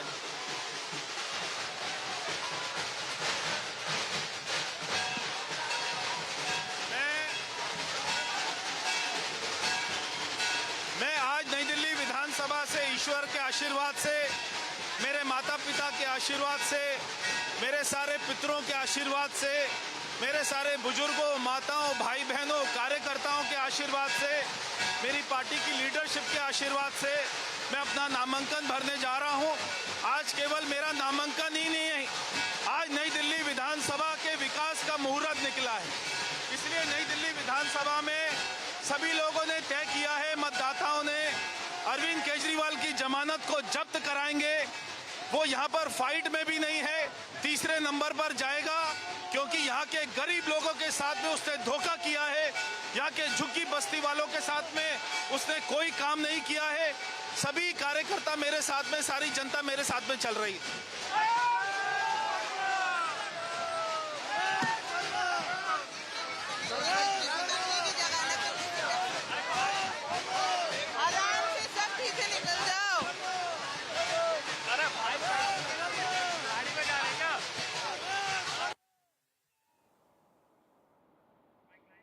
Right, the big question remains, can the BJP script a capital comeback in Delhi after what many call its ages? Well, you've just heard from Parvesh Manra.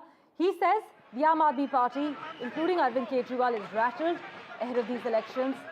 The BJP seems confident of a comeback, but we will wait and see how this plays out.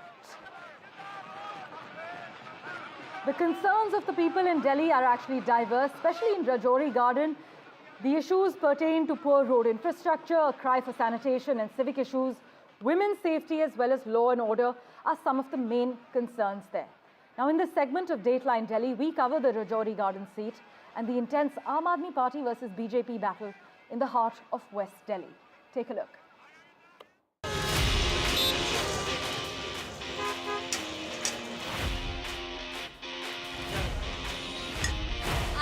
Hustling and bustling market of Rajouri Garden in West Delhi, enjoying some chur-chur naan out here. And this is election season that we're talking about. And this main market in Rajouri Garden is a place where you can shop till you drop and also enjoy lip-smacking food while at it. The Rajouri Garden constituency holds of strategic importance for both the parties, Aam Aadmi Party as well as the BJP. This seat out here is a mix of rural and urban voters from different economic backgrounds. We are here to understand the pulse of the people. Let's get going. Part of the West Delhi parliamentary constituency, Rajouri Garden is famous for its garment shops and street food. It is also infamous for its narrow gullies and garbage-ridden roads. Daily की जो activities और लोग basic सफ़र कर रहे हैं वो तो कोई देख नहीं रहा। Pollution, no one is seeing after pollution. Pollution वैसे का वैसे ही है। बारिश आ जाएगी, again there will be water logging. जो नया आएगा हम उससे पूछाते हैं आप हमारे लिए क्या करोगे। आप ये मत बताओ कि आप दूसरी पार्टी क्या कर रही है, आप ये बताओ आप पे एजेंडा क्या है हमारे लिए। डर्टी पॉलिटिक्स जो चल रही है ना, उसमें वो सारा छिप जाता है। जो आजकल पब्लिसिटी हो रही है, टीवी पे आ रहा है, सब कुछ आ रहा है, सड़कों पे कर रहे हैं, तो वो कोई मायने नहीं रखता ये चीज़ें। दूसरा, सफाई दिल्ली में बिल्कुल भी थर्ड क्लास से भी नीचे है।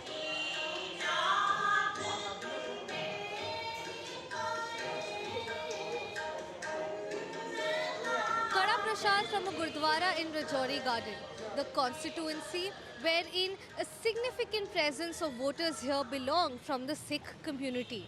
Punjabi culture is also prominent in this area, and what we are understanding by fielding Manjinder Singh Sirsa from the BJP is looking forward to hold on to this Sikh electorate and strengthen its foothold in West Delhi.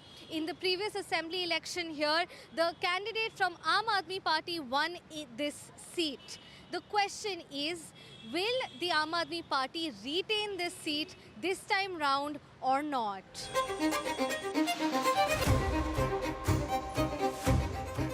I think they have worked upon in government hospital, government schools, because I have been to some government schools to give lectures. So I have seen betterment in government schools. Hospitals as well, they have good medicine centers, doctors. I think hospital and schools में तो काफ़ी अच्छा better हुआ है यहाँ. The contest here is between Aam Aadmi Party candidate Dhanvati Chandela, who also won this seat in the 2020 assembly election, and BJP's Manjinder Singh Sirsa. Sirsa's electoral record includes both victories and defeats. He won this seat in 2013 and 2017. But what do the people want? Rajouri में काम होना नहीं, काम बहुत सारे काम होने बाकी हैं, काम हुए ही नहीं हैं. अब ये हमें उम्मीद है कि मनजिंदर सिंह सिरसा जी काम करने वाले कैंडिडेट हैं, वो काम जरूर करेंगे, बट हमें उनको हर हालत में जिताना जरूर है.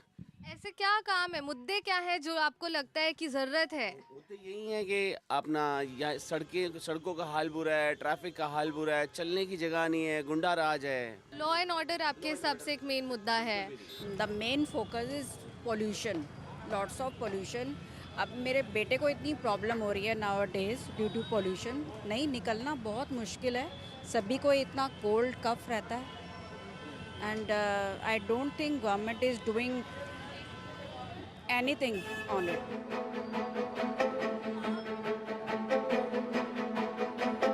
Much like the diverse hotspots, the people here also have diverse concerns.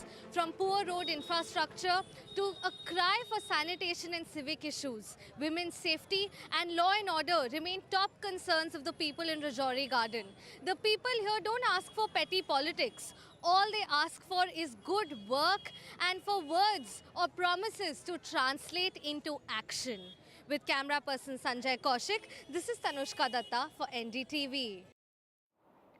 Meanwhile, as we have been covering, Aam Aadmi Party Chief Arvind Kejriwal is expected to file his nomination papers from the new Delhi Assembly constituency in a short while from now. He stopped at the Valmiki temple to seek blessings along with his family, and his sister was also present with him. He spoke to NDTV just before heading into the Valmiki temple. We are told he has now reached the Hanuman Mandir, where he and his family are seeking blessings ahead of him filing his nomination papers for the upcoming assembly polls that are happening in Delhi next month. Tanushka has been tracking Arvind Kejriwal's movement. She joins us at the moment. Tanushka, the AAP boss is now seeking blessings at the Hanuman Mandir? Right, exactly, Parmeshwar. He has reached the Hanuman temple in Connaught Place. This is one of the, major temples wherein Arvind Kejriwal, the Aam Aadmi Party national convener, has also come earlier to seek blessings. And other important, political heavyweights have also come here. Arvind Kejriwal is currently inside the Hanuman temple here, and he is seeking his blessings before he goes in for a road show, and after which he will be filing in his nomination for his candidature from the New Delhi constituency. Remember, he is facing a trial contest here with sons of former chief ministers, Sandeep Dixit from the Congress and Parvesh Verma from the Bharatiya Janata Party. Himself a former chief minister, Arvind Kejriwal has formidable competition in both the BJP and the Congress candidates. और फिर से काम करने वाले लोगों की सरकार बनेगी। 2015 और 2019 होगा। अच्छा बहुमत आना चाहिए। नहीं, अच्छा बहुमत आएगा।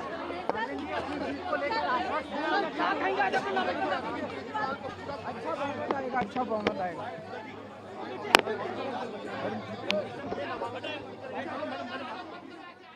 Well, as you can see, the AAP boss has completed his touchdown in the Hanuman Mandir as well, where he was seeking blessings with his family ahead of his roadshow and filing his nomination papers. The BJP's Parvesh Verma, in his roadshow ahead of him filing his nomination papers, says the Aam Aadmi Party is rattled. But Arvind Kejriwal, speaking to the media very briefly right now, has said that he remains confident of victory next month in the upcoming polls. As always, news and updates continue right here on NDTV 24/7. My colleague Osama Shab joins you in a moment. Don't go anywhere.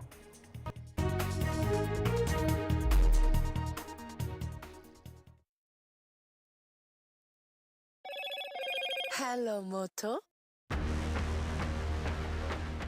Motorola Edge 50 Pro, world's first AI-powered pro-grade camera.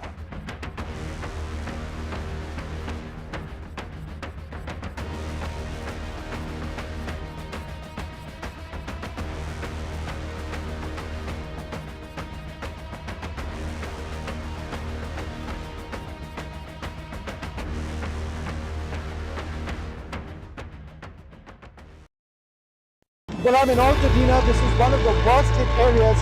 When disaster strikes, NDTV World brings you exclusive on-the-ground reports straight from the heart of the action.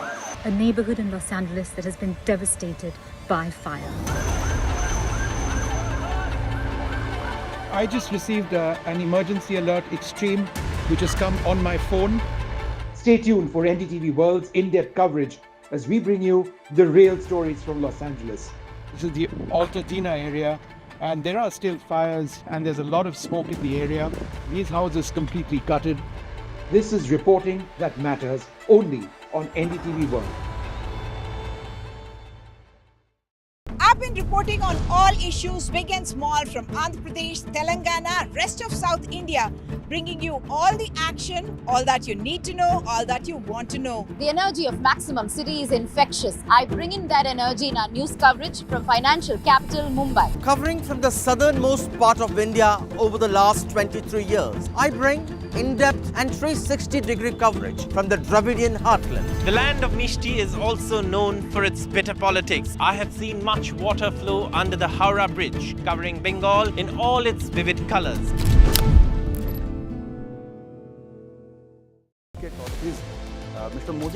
In a time of sweeping economic change, what can India's past tell us about its future?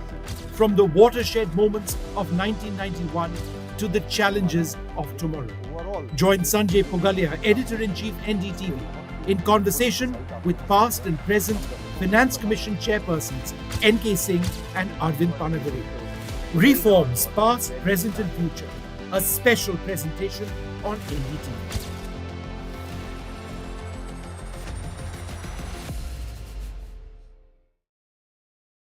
In today's interconnected world, India's voice is more crucial than ever.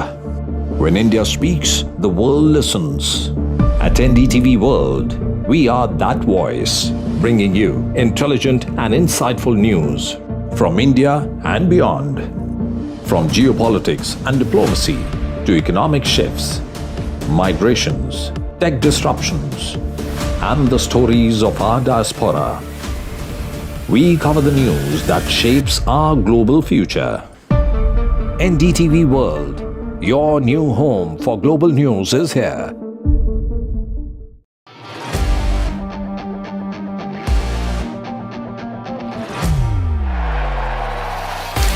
All set for Trump 2.0.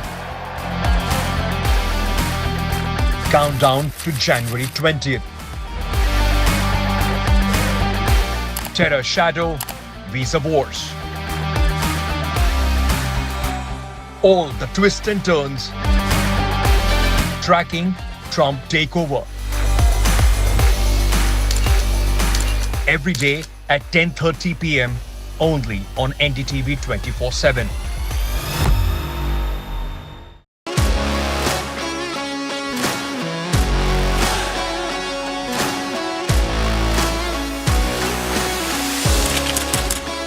We are able to maintain the democratic fabric and the democratic system. I want to do something that can make a difference. लगातार जनता की आवाज को सरकार तक पहुंचाने का काम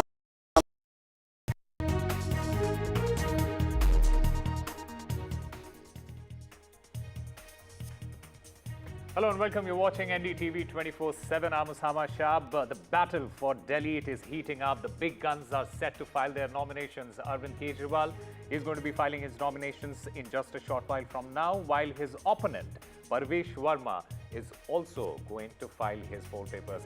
We'll get you all the details, but first, let's take a look at the headlines.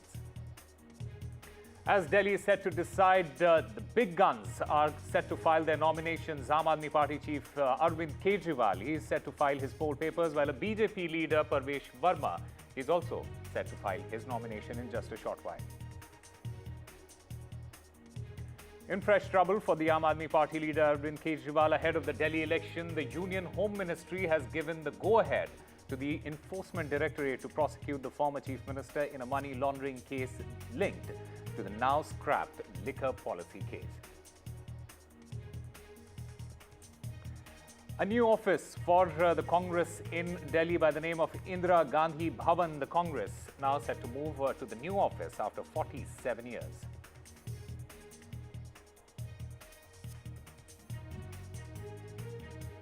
And Prime Minister Narendra Modi will commission 3 key naval combatants at the Naval Dockyard in Mumbai.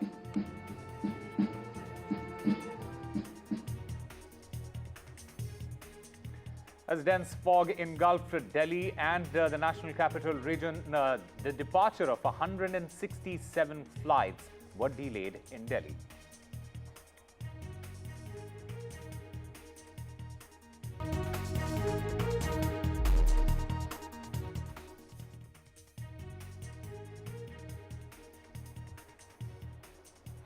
Well, the Prime Minister, Narendra Modi, is set to commission the 3 frontline naval combatants today at the Mumbai's Naval Dockyard. These inductions, it aims to bolster India's maritime capabilities and also to underscore the nation's commitment to self-reliance in defense manufacturing. The Prime Minister, he in fact took to his social media platform X ahead of the event and said that the commissioning of the 2 made-in-India warships and a submarine on January 15th would strengthen our efforts towards being a global leader in defense and augment our quest towards self-reliance. Now, the Prime Minister, these are live shots that you're watching at the moment on your screens. The Prime Minister, he will be inaugurating the Sri Radha Madan Mohanji Temple, an ISKCON project in Kharghar in Navi Mumbai. And spanning 9 acres, this temple is poised to become Asia's 2nd largest ISKCON temple. Meanwhile, he's right now, at the moment, these are live pictures that you can see on your screens. He's set to commission the 3 frontline naval combatants today at the Mumbai's Naval Dockyard. This is where the Prime Minister is at the moment. These inductions, it aims to bolster India's maritime capabilities. It also underscores the nation's commitment to self-reliance in defense manufacturing.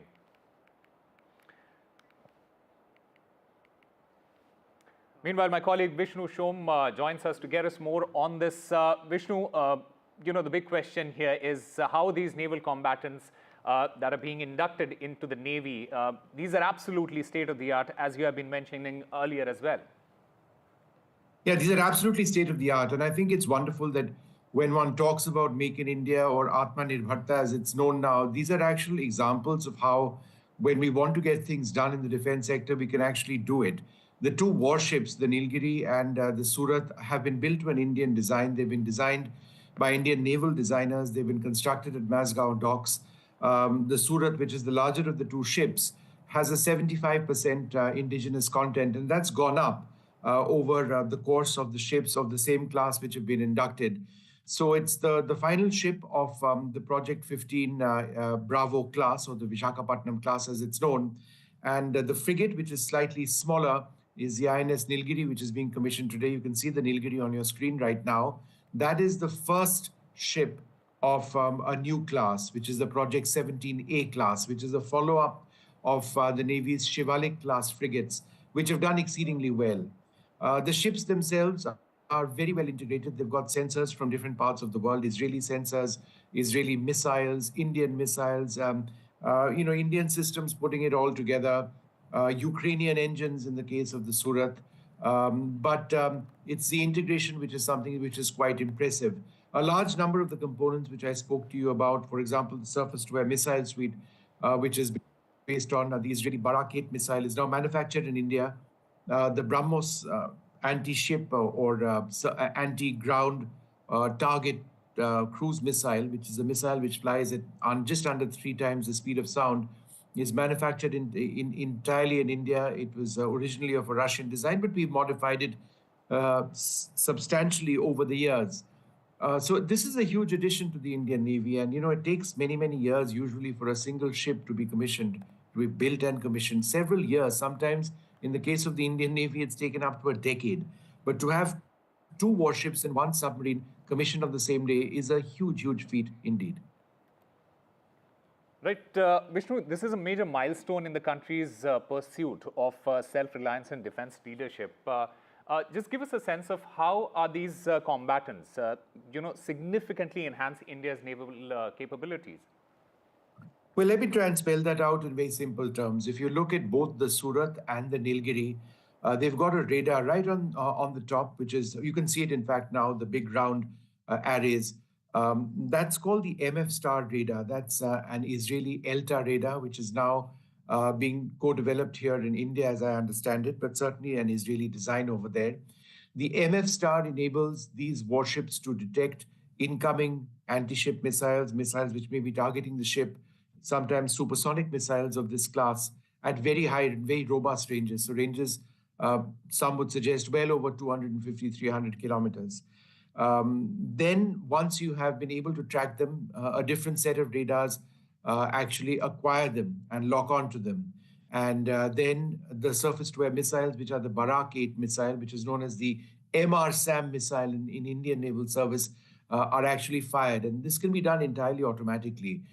From detection to locking on to the launching of missiles, it can all happen automatically. And these missiles, among the most advanced surface-to-air missiles in the world, can in fact knock out these missiles in a very, very quick period of time, incoming missiles. And of course, there is the BrahMos missile, which I've spoken about.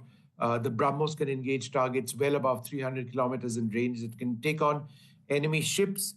It can hit targets on the ground. It's widely considered to be among the finest, if not the finest, anti-ship or ship-launched cruise missile in the world. It's very difficult to intercept because of the maneuvers that it makes in the final few moments of its flight before it hits its target. These are just a couple of examples of why these platforms are absolutely state-of-the-art. But I should add a word of caution. India doesn't have enough warships, just as we don't have enough fighter aircraft. And therefore, in the context of our primary rival, which is increasingly China, we need many more of these. That means getting an enormous addition to our defense budget as a percentage of our GDP, placing these orders and ensuring that these actually come through. Because at the rate at which China is manufacturing and commissioning warships, it's unprecedented in recent history.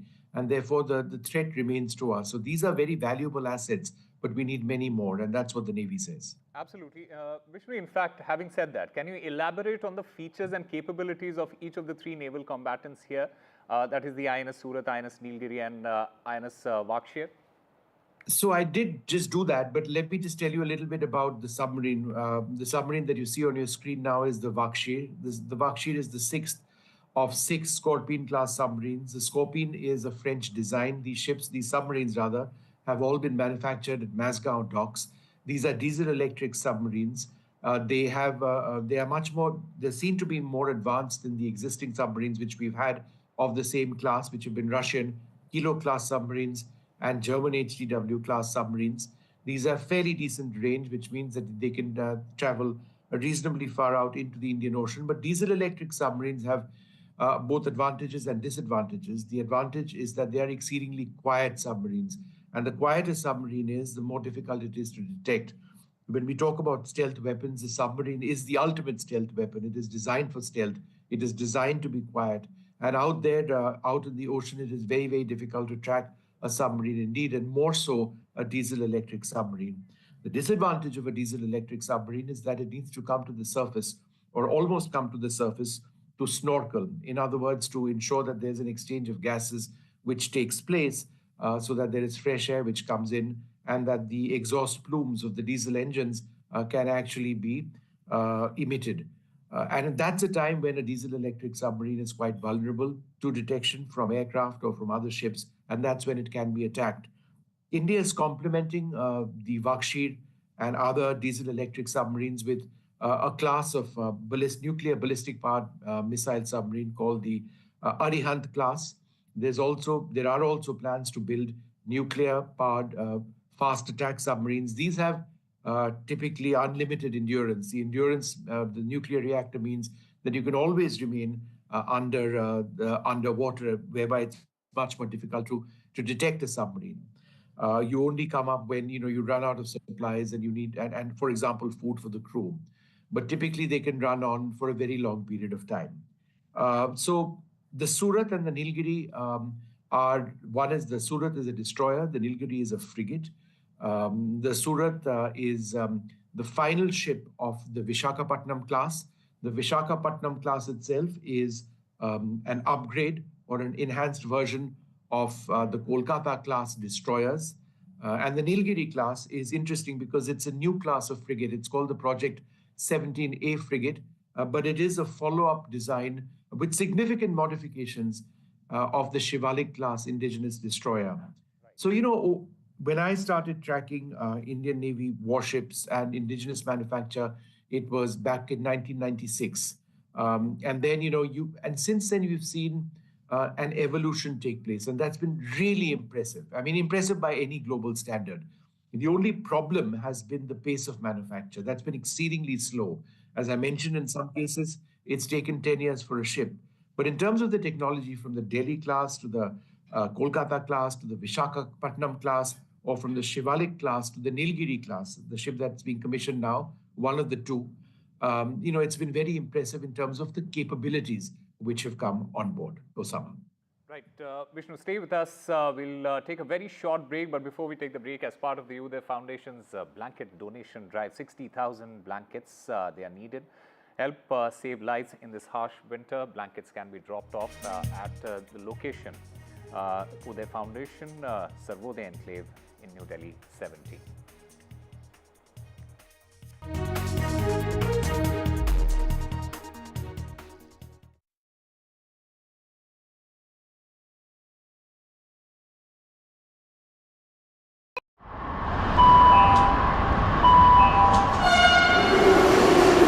Kind attention, please. Delhi Election Metro 2025 is arriving on people's platform. Please mind the gap. BJP or AAP, who will get to the Delhi Secretariat station? दरवाजे बाईं तरफ खुलेंगे.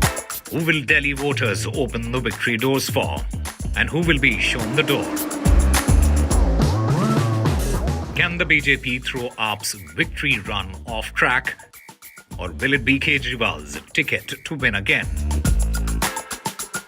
Can Congress take the election metro to revival? We will track it all for you. Delhi's decision destination. Doors will open on the left. Stay tuned to NDTV for mega metro poll coverage. Well, I'm in Altadena. This is one of the worst hit areas. When disaster strikes, NDTV World brings you exclusive on-the-ground reports straight from the heart of the action. A neighborhood in Los Angeles that has been devastated by fire. I just received an emergency alert extreme, which has come on my phone. Stay tuned for NDTV World's in-depth coverage as we bring you the real stories from Los Angeles. This is the Altadena area, and there are still fires, and there's a lot of smoke in the area. These houses completely gutted. This is reporting that matters only on NDTV World. I've been reporting on all issues, big and small, from Andhra Pradesh, Telangana, rest of South India, bringing you all the action, all that you need to know, all that you want to know. The energy of Maximum City is infectious. I bring in that energy in our news coverage.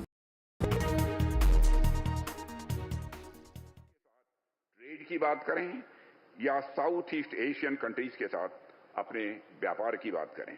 Malacca state से Madagascar और पूर्वी Africa के समुद्री तट का यह क्षेत्र हमारे लिए डायरेक्ट इंटरेस्ट का क्षेत्र सदैव से रहा है।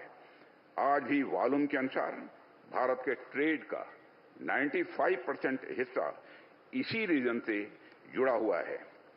ऐसे में इंडियन ओशन रीजन में एक सशक्त इंडियन नेवी की प्रेजेंस हमारे लिए स्वाभाविक रूप से सबसे बड़ी यह प्रायोरिटी हो जाती है। आज हो रही 3 बड़े और मॉडर्न प्लेटफॉर्म्स की कमीशनिंग हमारे लक्ष्य प्राप्ति की दिशा में अत्यंत महत्वपूर्ण एक माइलस्टोन है। माननीय प्रधानमंत्री जी, यह निश्चित रूप से रक्षा मंत्रालय के लिए सौभाग्य का विषय रहा है कि हमें लगातार आपका मार्गदर्शन और आपका दिशा निर्देश मिलता रहा है। डिफेंस में आत्मनिर्भरता का आपने जो मंत्र दिया है उस पर लगातार कार्य हो रहा है। आज कमीशन किए जा रहे आईएनएस सूरत, आईएनएस नीलगिरी का 75% से अधिक कंटेंट भारत में ही विकसित किया गया है। साथ ही देश में निर्मित हो रहे अन्य प्लेटफॉर्म्स में भी इंडिजिनस कंटेंट लगातार बढ़ता जा रहा है। इसी प्रकार हमें एक और क्षेत्र में आपका दिशा निर्देश प्राप्त हो रहा है और वह है डिफेंस सेक्टर में रैपिड मॉडर्नाइजेशन का। आज के 3 बड़े प्लेटफॉर्म्स पूरी तरह से state of the art equipment तथा सिस्टम से पूरी तरह लैस हैं और किसी भी परिस्थिति से निपटने में पूरी तरह से यह सक्षम भी हैं। हम आज अपने मॉडर्नाइजेशन की मुहिम को तेजी से आगे बढ़ा रहे हैं। एक ओर तो हम इन बड़े प्लेटफॉर्म्स को देश में ही प्रोड्यूस कर रहे हैं, तो दूसरी ओर हमारा ध्यान low cost and high impact system पर भी है, जो कम समय में हमारी सेनाओं को और अधिक पोटेंट बना सके। इस प्रकार अपनी फोर्सेस के रैपिड मॉडर्नाइजेशन के क्रम में हम एक ऐसा बैलेंस्ड मिक्स ला रहे हैं। हम आशा करते हैं कि आपका मार्गदर्शन हमें आगे भी इसी प्रकार लगातार मिलता रहेगा। हमने रक्षा मंत्रालय में 2025 को ईयर ऑफ रिफॉर्म्स घोषित किया है।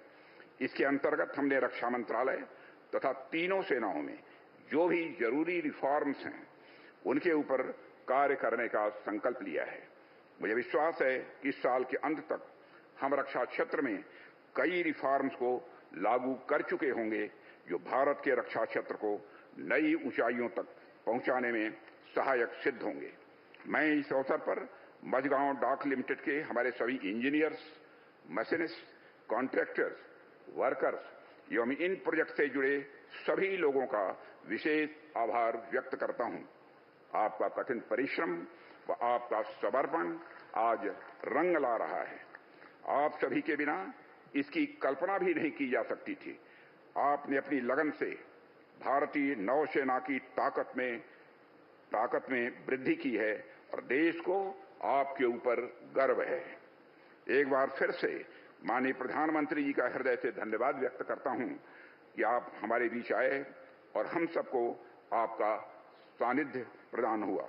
अंत में शं नो वरुण यानी वरुण देव की कृपा सदैव हम पर बनी रहे, इसी कामना के साथ मैं अपना निवेदन समाप्त करता हूं।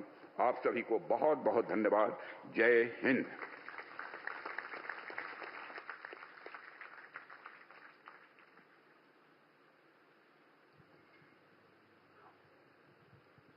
देवियों और सज्जनों, अब इन 3 विशाल युद्धपोत के कमान अधिकारी एक एक करके नियुक्तिकरण आदेश का ऐलान करेंगे। To read out the commissioning warrant of Wagshir, I now invite the commanding officer designate, Commander Vineet Sharma.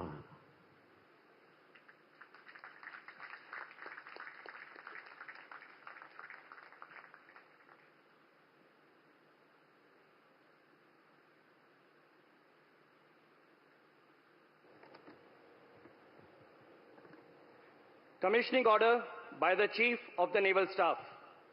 Whereas the Government of India has decided that Indian naval ship Wagshir be commissioned, you are hereby directed to proceed to commission the said ship on the 15th day of January 2025. Indian naval ship Vakshir will be administered by the Flag Officer Commanding-in-Chief, Western Naval Command, given under my hand this, the 15th day of January 2025. Signed, Dinesh K. Tripathi, Admiral, Chief of the Naval Staff.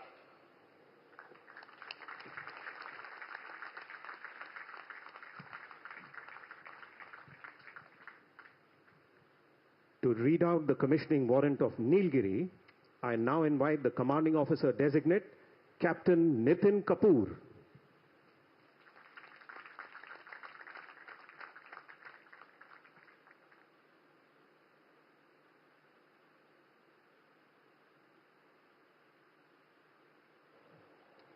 Commissioning order by the Chief of the Naval Staff. Whereas the Government of India has decided that Indian naval ship Nilgiri be commissioned, you are hereby directed to proceed to commission the said ship on the 15th day of January 2025. Indian naval ship Nilgiri will be administered by the Flag Officer Commanding-in-Chief, Western Naval Command. Given under my hand this, the 15th day of January 2025. Signed, Dinesh Kumar Tripathi, Admiral, Chief of the Naval Staff.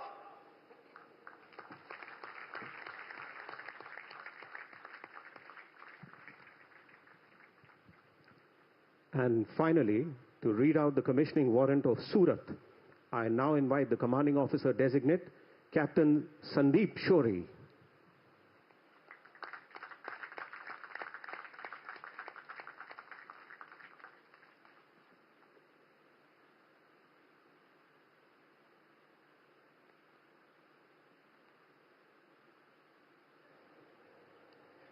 Commissioning order by the Chief of the Naval Staff.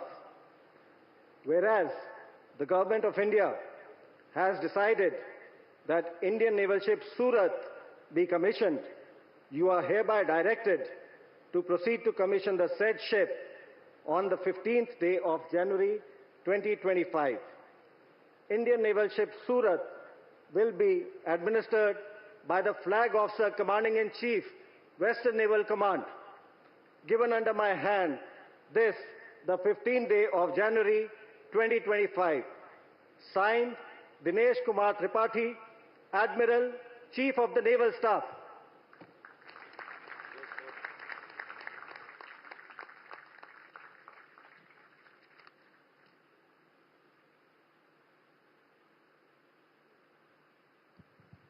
देवियों और सज्जनों, कुछ ही पलों में colours ceremony निशान प्रक्रिया शुरू होने वाली है। निशान प्रक्रिया के दौरान राष्ट्रगान बजाया जाएगा।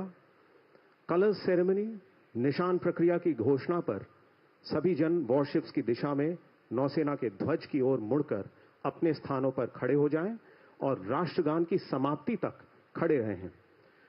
राष्ट्रगान के दौरान जो लोग वर्दी में हैं वे सलामी देंगे।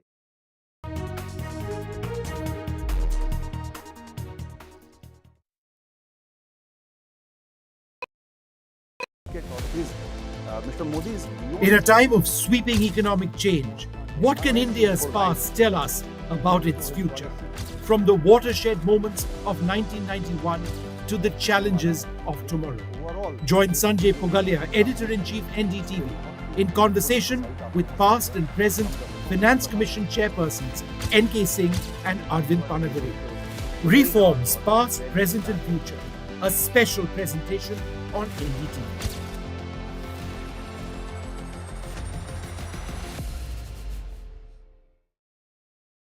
In today's interconnected world, India's voice is more crucial than ever. When India speaks, the world listens. At NDTV World, we are that voice, bringing you intelligent and insightful news from India and beyond. From geopolitics and diplomacy to economic shifts, migrations, tech disruptions, and the stories of our diaspora. We cover the news that shapes our global future. NDTV World, Your new home for global news is here.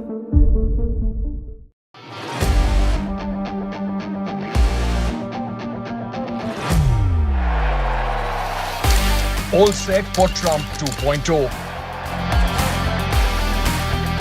Countdown to January 20th.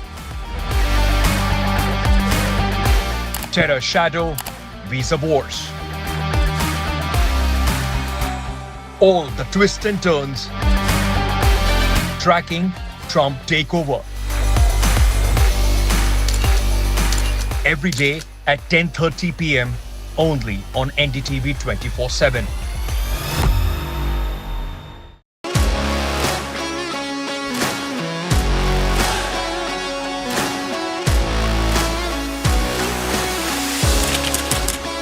We are able to maintain the democratic fabric and the democratic system.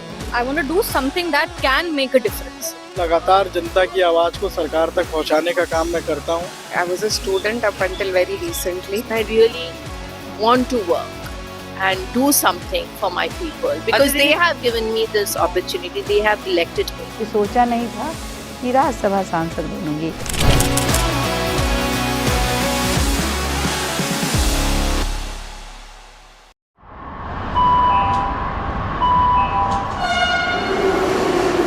Kind attention, please.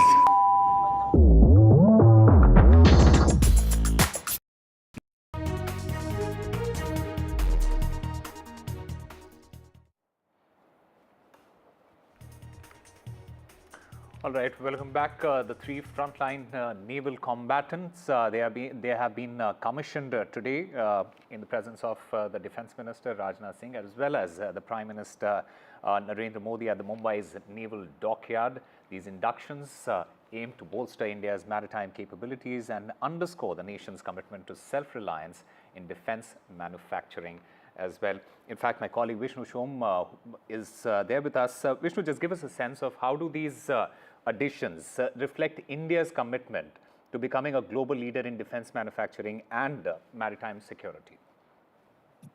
Well, it is a stated objective of the government to step up defense manufacturing, possibly for export as well. But these ships, I can tell you, fulfill a long-standing requirement of the Indian Navy to fill in numbers. There is also the entire issue of capacity of our dockyards. We do have dockyards, Mazgaon docks, then we've got Garden Reach in Kolkata, we've got Larsen and Toubro facilities. But ultimately, we have to take a look at what is the available capacity in order for us to be taking on orders from outside. That said, when it comes to providing warships for other nations, that's not an area where we've done a great deal. In terms of manufacture and delivery, our defense manufacture and export has taken place in other areas. For example, BrahMos cruise missiles, which are some of the missiles that these ships are equipped with.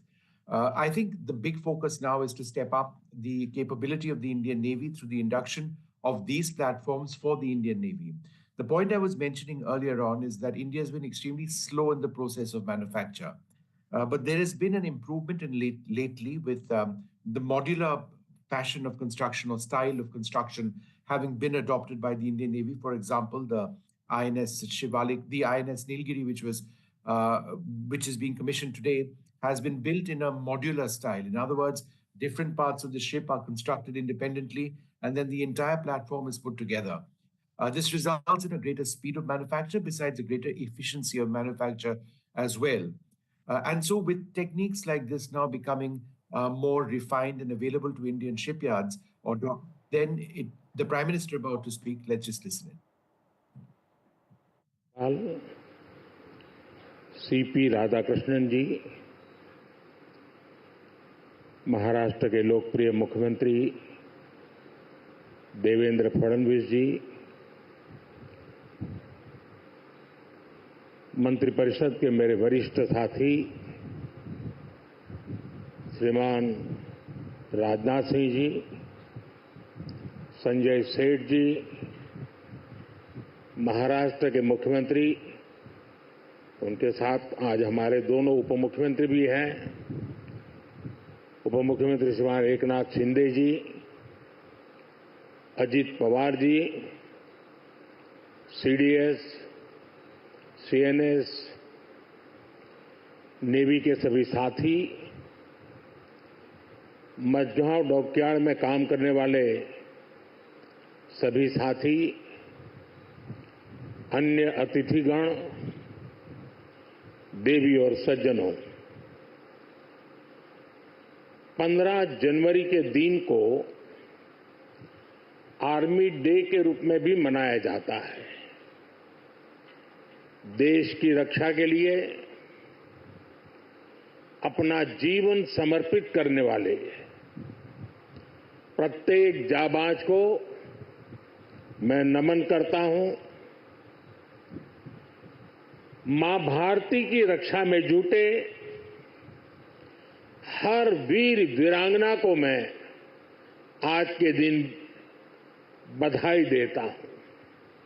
साथियों, आज भारत की समुद्री विरासत navy के गौरवशाली इतिहास और आत्मनिर्भर भारत अभियान के लिए भी बहुत बड़ा दिन है। छत्रपति शिवाजी महाराज ने भारत में नौसेना को नया सामर्थ्य दिया था, नया विजन दिया था। आज उनकी इस पावन धरती पर 21वीं सदी की नेवी को सशक्त करने की तरफ हम एक बहुत बड़ा कदम उठा रहे हैं। ये पहली बार हो रहा है जब एक डिस्ट्रॉयर, एक फ्रिगेट और एक सबमरीन, तीनों को एक साथ कमीशन किया जा रहा है। और सबसे गर्व की बात कि ये तीनों frontline platforms made in India है। मैं भारतीय नौसेना को, इनके निर्माण कार्य से जुड़े सभी साथियों को, इंजीनियर्स को, श्रमिकों को और पूरे देश को बधाई देता हूं। साथियों, आज का एक कार्यक्रम हमारी गौरवशाली धरोहर को भविष्य की आकांक्षाओं से जोड़ता है। लंबी समुद्री यात्राएं, commerce, naval defence, ship industry, इसमें हमारा एक समृद्ध इतिहास रहा है। अपने इतिहास से प्रेरणा लेते हुए आज का भारत दुनिया की एक मेजर मैरीटाइम पावर बन रहा है। आज जो प्लेटफॉर्म लॉन्च हुए हैं, उनमें भी इसकी झलक है। अब जैसे हमारा नीलगिरी चौल वंश के समुद्री सामर्थ्य के प्रति समर्पित है। सूरत वॉरशिप उस कालखंड की याद दिलाता है जब गुजरात के पोर्ट्स के जरिए भारत वेस्ट एशिया से जुड़ा था। इन दिनों ये दोनं शिप्स, इसके साथ आज बागशीर सबमरीन की कमीशनिंग भी हो रही है। कुछ वर्ष पूर्व मुझे P-75 क्लास की पहली सबमरीन कलवरी की कमीशनिंग में शामिल होने का अवसर मिला था। आज मुझे इस क्लास की 6वीं सबमरीन बागशीर को कमीशन करने का सौभाग्य मिला है। ये नए फ्रंटियर प्लेटफॉर्म भारत की सुरक्षा और प्रगति दोनों को नया सामर्थ्य देंगे। साथियों, आज भारत पूरे विश्व और खासकर ग्लोबल साउथ में एक भरोसेमंद और जिम्मेदार साथी के रूप में पहचाना जा रहा है। भारत विस्तारवाद नहीं, भारत विकासवाद की भावना से काम करता है। भारत ने हमेशा ओपन, सिक्योर, इंक्लूसिव और प्रॉस्परस इंडो पैसिफिक रीजन का समर्थन किया है।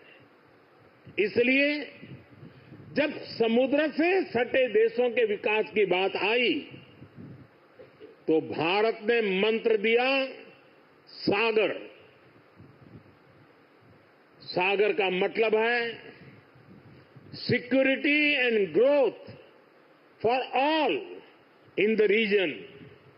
हम सागर के विजन के साथ आगे बढ़े। जब भारत के सामने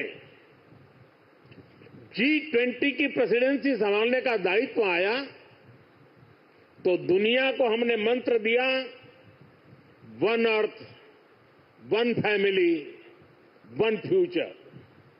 जब दुनिया कोरोना से लड़ते हुए पस्त पड़ रही थी तब भारत ने विजन दिया वन अर्थ, वन हेल्थ। हम पूरे विश्व को अपना परिवार मानकर चलते हैं।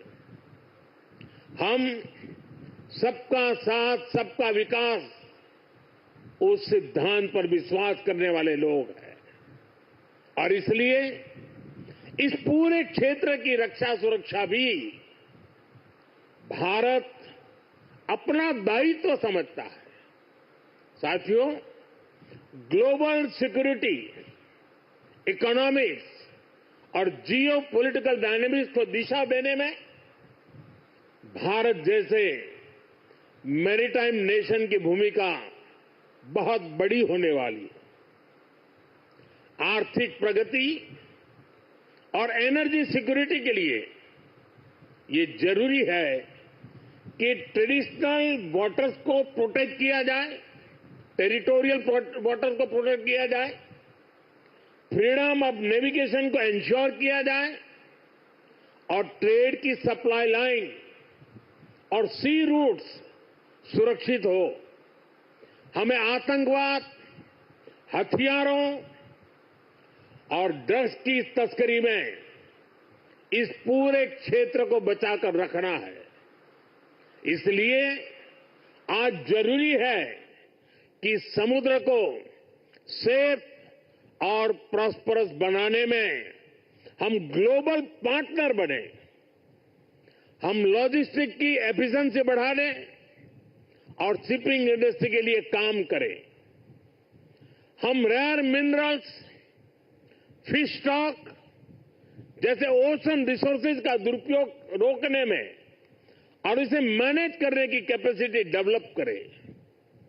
हम न्यू शिपिंग रूट्स और सी लेन्स पर अब कम्युनिकेशन को खोजने में इन्वेस्ट करें। मुझे खुशी है कि आज भारत इस दिशा में लगातार कदम उठा रहा है। भारत पूरे इंडियन ओशन रीजन में फर्स्ट रिस्पॉन्डर भी बनकर उभरा है। बीते कुछ महीनों में ही हमारी नौसेना ने सैकड़ों जानें बचाई हैं। हजारों करोड़ रुपए के नेशनल और इंटरनेशनल कार्गो की सुरक्षा की है। इससे दुनिया का भारत पर भरोसा बढ़ा है, आप सबके कारण बढ़ा है और इसलिए मैं आज आप सबका भी अभिनंदन करता हूं। भारतीय नौसेना, कोस्ट गार्ड, उन पर यह लगातार भरोसा बढ़ता जा रहा है।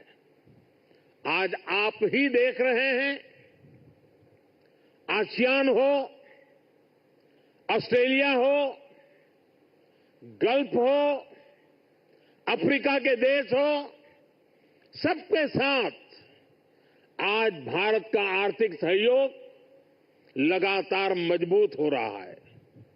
संबंधों की इस मजबूती में इंडियन ओशन रीजन में भारत की उपस्थिति, भारत का सामर्थ्य एक बहुत बड़ा आधार है और इसलिए आज का ये आयोजन सैन्य दृष्टि के साथ ही आर्थिक दृष्टि से भी उतना ही अहम है। साथियों, 21वीं सदी के भारत का सैन्य सामर्थ्य भी अधिक सक्षम हो, आधुनिक हो, ये देश की प्राथमिकताओं में से एक है। जल हो, थल हो, नभ हो, डीप सी हो या फिर असीम अंतरिक्ष, हर जगह भारत अपने हितों को सुरक्षित कर रहा है। इसके लिए निरंतर रिफॉर्म्स किए जा रहे हैं। चीफ ऑफ डिफेंस स्टाफ का गठन ऐसा ही एक रिफॉर्म है। हमारी सेनाएं और अधिक एफिशिएंट हो, इसके लिए थिएटर कमांड की दिशा में भी भारत आगे बढ़ रहा है। साथियों, पिछले 10 साल में जिस तरह भारत की तीनों सेनाओं ने आत्मनिर्भरता के मंत्र को अपनाया है, वो बहुत ही सराहनीय है। संकट के समय दूसरे देशों पर भारत की निर्भरता कम से कम हो, इस गंभीरता को समझते हुए आप सभी इस काम को आगे बढ़ा रहे हैं, नेतृत्व दे रहे हैं।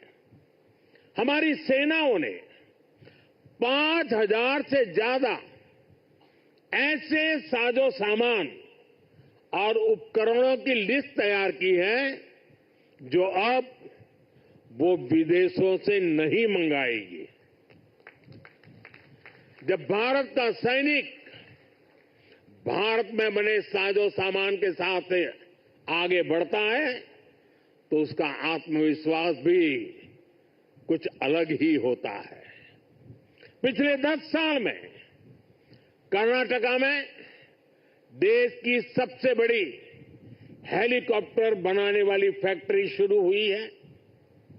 सेनाओं के लिए ट्रांसपोर्ट एयरक्राफ्ट बनाने वाली फैक्ट्री शुरू हुई है। तेजस फाइटर प्लेन के भारत की साख को आसमान की नई ऊंचाई पर पहुंचाया है। यूपी और तमिलनाडु में बन रहे डिफेंस कॉरिडोर्स डिफेंस प्रोडक्शन को और गति देने वाले हैं।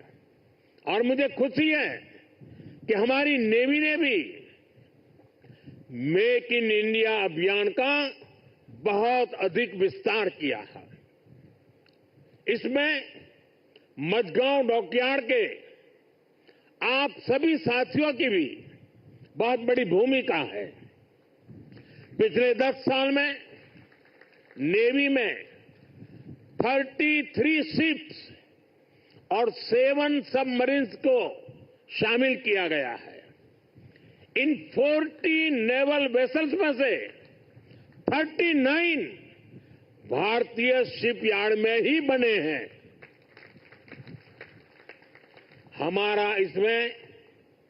हमारा भव्य विराट आईएनएस विक्रांत एयरक्राफ्ट कैरियर और आईएनएस अरिहंत और आईएनएस अरिघात जैसी न्यूक्लियर सबमरीन भी शामिल है।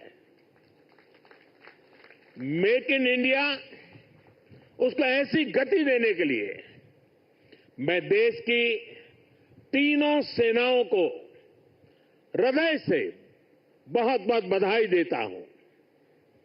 आज भारत का डिफेंस प्रोडक्शन 1.25 लाख करोड़ रुपए से ज्यादा हो चुका है। हम 100 से ज्यादा देशों को डिफेंस इक्विपमेंट एक्सपोर्ट कर रहे हैं। मुझे विश्वास है आपके सहयोग से आज भारत तेजी से अपने डिफेंस सेक्टर का कायाकल्प करके दिखाएगा। साथियों, मेक इन इंडिया से भारत की सेनाओं का सामर्थ्य बढ़ने के साथ ही आर्थिक प्रगति के नए द्वार भी खुल रहे हैं। जैसे एक उदाहरण शिप बिल्डिंग इकोसिस्टम का है।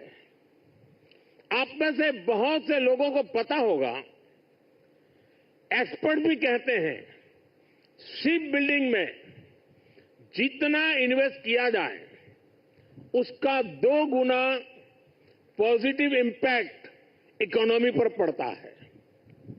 यानी अगर हम शिप बिल्डिंग में 1 रुपये लगाते हैं तो इकोनॉमी में 1 रुपया 82 पैसे के आसपास सर्कुलेशन होता है। अब सोचिए, अभी देश में 60 बड़े शिप्स अंडर कंस्ट्रक्शन है। इनकी वैल्यू 1.5 लाख करोड़ रुपए के आसपास है।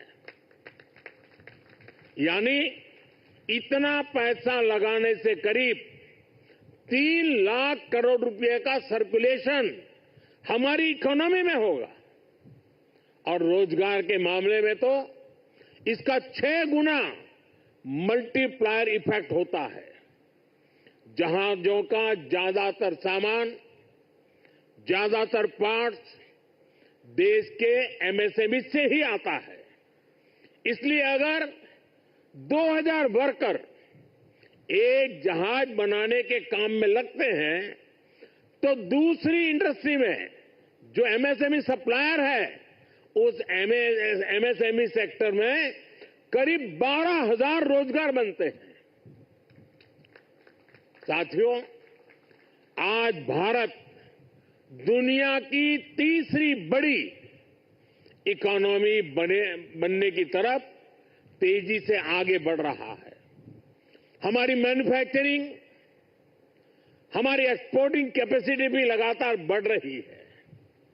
आने वाले सालों में सैकड़ों नए शिप्स की, नए कंटेनर्स की जरूरत भारत को होगी। इसलिए पोर्ट लेड डेवलपमेंट का मॉडल हमारी इकोनॉमी को गति देने वाला है, रोजगार के हजारों नए मौके बनाने वाला है। साथियों, इस क्षेत्र में कैसे रोजगार बढ़ रहा है, इसका एक उदाहरण सी फेरर्स की संख्या भी है। 2014 में भारत में सी फेरर्स की संख्या 1.25 लाख से भी कम थी। आज ये 2 गुने से भी अधिक बढ़कर लगभग 3 लाख तक पहुंच चुकी है। आज भारत सी फेरर्स की संख्या में विश्व में टॉप 5 में आ गया है। साथियों, हमारी सरकार का तीसरा कार्यकाल अनेक बड़े निर्णयों के साथ शुरू हुआ है। तेज गति से हमने नई नीतियां बनाई हैं, देश की जरूरतों को देखते हुए नए कार्य शुरू किए हैं। देश के हर कोने, हर सेक्टर का विकास हो, इस लक्ष्य के साथ हम चल रहे हैं। पोर्ट सेक्टर का विस्तार भी इसका ही हिस्सा है। हमारे तीसरे टर्म के पहले बड़े फैसलों में से था महाराष्ट्र के वाढवण पोर्ट को मंजूरी। 75,000 करोड़ रुपए के खर्च से इस आधुनिक पोर्ट के निर्माण का काम शुरू भी हो चुका है। इससे भी महाराष्ट्र में रोजगार के हजारों नए अवसर बनने वाले हैं। साथियों, बहुत लंबे समय तक बॉर्डर और कोस्टलाइन से जुड़े कनेक्टिविटी इंफ्रास्ट्रक्चर पर उतना ध्यान नहीं दिया गया। बीते 10 सालों में इसके लिए भी अभूतपूर्व काम हुआ है। 2 दिन पहले ही मुझे जम्मू कश्मीर में सोनमर्ग टनल का लोकार्पण करने का अवसर मिला है। इससे करगिल, लद्दाख जैसे हमारे सीमावर्ती इलाकों तक पहुंचना उसमें बहुत आसानी होगी, सुलभ होगी। पिछले साल अरुणाचल प्रदेश में सेला टनल का लोकार्पण हुआ है। ये LAC तक हमारी सेना की पहुंच को आसान बना रही है। आज शिंकुल्ला टनल और जोजिना टनल जैसे अनेक क्रिटिकल इंफ्रास्ट्रक्चर पर तेजी से काम चल रहा है। भारत माला परियोजना से बॉर्डर एरिया में शानदार नेशनल हाईवे का नेटवर्क बनाया जा रहा है। वाइब्रेंट विलेज प्रोग्राम आज बॉर्डर के गांवों के विकास में अहम भूमिका निभा रहा है। बीते दशक में अपने दूर सुदूर के आइलैंड पर भी हमने फोकस किया है। जहां कोई भी नहीं रहता, उन आइलैंड्स की भी रेगुलर मॉनिटरिंग की जा रही है। इतना ही नहीं, अब उस आइलैंड की नई पहचान भी बनाई जा रही है, उन्हें नया नाम दिया जा रहा है। इतना ही नहीं, हिंद महासागर में समुद्र तल पर भी जो समुद्री पर्वत या सी माउंट है, उनका भी नामकरण किया जा रहा है। पिछले साल भारत की पहल पर इंटरनेशनल संस्था ने 5 ऐसे स्थानों को नाम दिए हैं। हिंद महासागर में अशोक सी माउंट, हर्षवर्धन सी माउंट, राजराजा चोल सी माउंट, कल्पतरु रीज और चंद्रगुप्त रीज भारत का गौरव बढ़ा रहे हैं। साथियों, हम सब जानते हैं भविष्य में असीम अंतरिक्ष और डीप सी दोनों का कितना महत्व है। इसलिए आज स्पेस और डीप सी दोनों जगह भारत अपनी क्षमताओं को बढ़ा रहा है।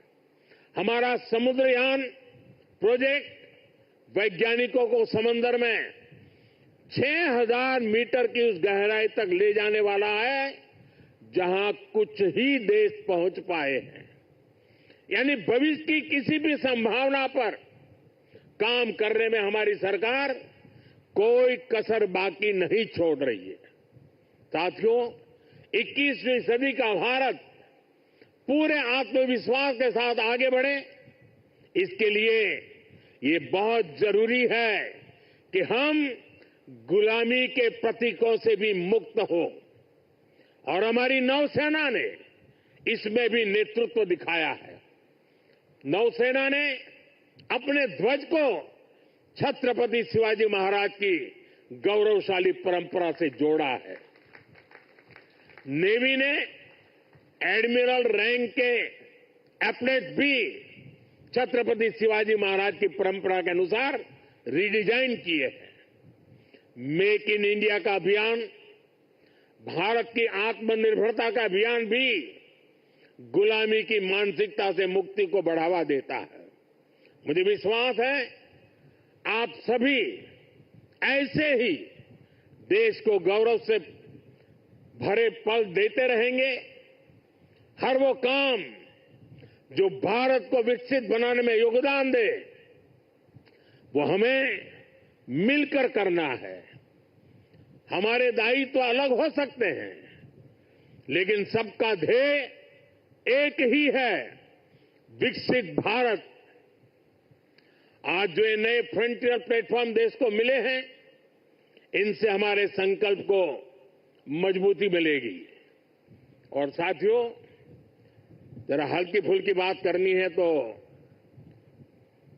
मेरा अनुभव रहा है, मैं सेना के जितने भी कार्यक्रमों में गया हूं, अगर खाने में सबसे उत्तम व्यवस्था किसी में है तो नेवी में है।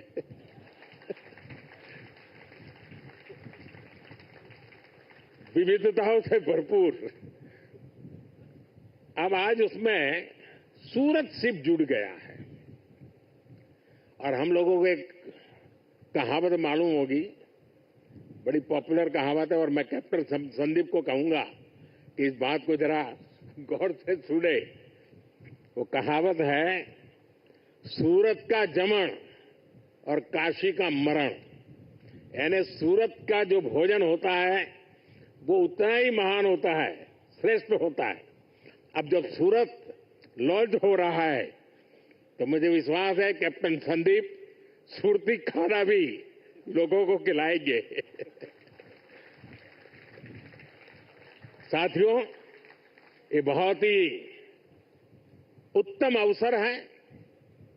पूरा देश आपको शुभकामनाएं दे रहा है, पूरा देश गौरव से भर रहा है और इसीलिए एक नए विश्वास के साथ, नए उमंग और उत्साह के साथ, नए संकल्प के साथ विकसित भारत के संकल्प को पूर्ण करने के लिए हम पूरे सामर्थ्य से जुड़े। आज के इस अवसर पर इन तीनों महत्वपूर्ण कदम के लिए, महत्वपूर्ण सौगात के लिए आप सबको बधाई देते हुए मैं मेरी वाणी को विराम देता हूं। आप सबको बहुत बहुत शुभकामनाएं। पूरी ताकत से मेरे साथ बोलिए, भारत माता की। कम से कम इस कार्यक्रम में वो आवाज सबसे ज्यादा गूंजनी चाहिए। भारत माता की, भारत माता की, भारत माता की। बहुत बहुत धन्यवाद।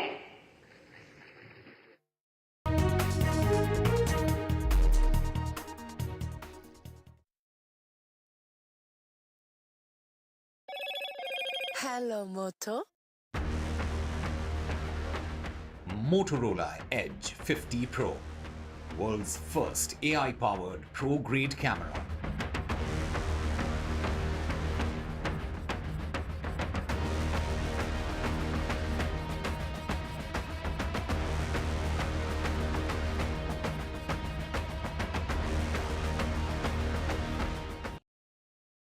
Well, I'm in Altadena. This is one of the worst hit areas. When disaster strikes, NDTV World brings you exclusive on-the-ground reports straight from the heart of the action. A neighborhood in Los Angeles that has been devastated by fire. I just received an emergency alert extreme, which has come on my phone. Stay tuned for NDTV World's in-depth coverage as we bring you the real stories from Los Angeles. This is the Altadena area, and there are still fires, and there's a lot of smoke in the area. These houses completely gutted. This is reporting that matters only on NDTV World. I've been reporting on all issues, big and small, from Andhra Pradesh, Telangana, rest of South India, bringing you all the action, all that you need to know, all that you want to know. The energy of Maximum City is infectious. I bring in that energy in our news coverage from financial capital Mumbai. Covering from the southernmost part of India over the last 23 years, I bring in-depth and 360-degree coverage from the Dravidian heartland. The land of Mishti is also known for its bitter politics. I have seen much water flow under the Howrah Bridge, covering Bengal in all its vivid colors.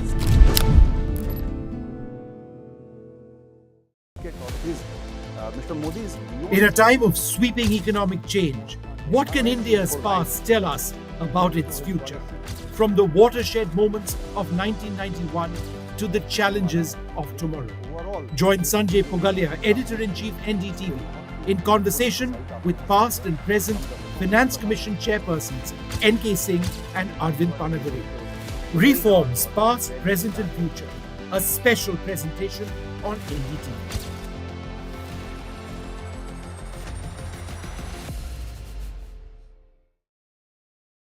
In today's interconnected world, India's voice is more crucial than ever. When India speaks, the world listens. At NDTV World, we are that voice, bringing you intelligent and insightful news from India and beyond. From geopolitics and diplomacy to economic shifts, migrations, tech disruptions, and the stories of our diaspora. We cover the news that shapes our global future. NDTV World, your new home for global news, is here.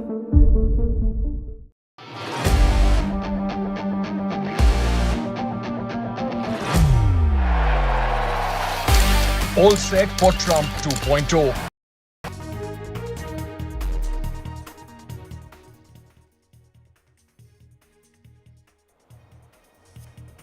But the battle for Delhi heats up as both Arvind Kejriwal as well as Parvesh Verma file their nominations from the New Delhi constituencies.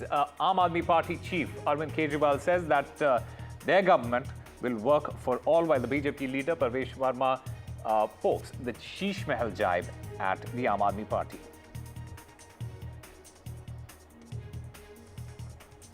In fresh trouble for the Aam Aadmi Party leader Arvind Kejriwal ahead of the Delhi election, the Union Home Ministry has given the go-ahead to the Enforcement Directorate to prosecute the former Chief Minister in a money laundering case linked to the now scrapped liquor policy. Arvind Kejriwal says that he will continue his fight. New office for the Congress in Delhi, named the Indira Gandhi Bhavan. The Congress moves to new office after 47 years.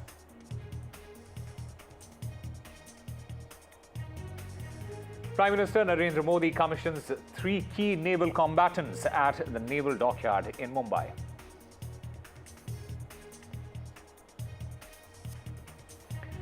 As dense fog engulfs Delhi and the national capital region, departure of 167 flights have been delayed.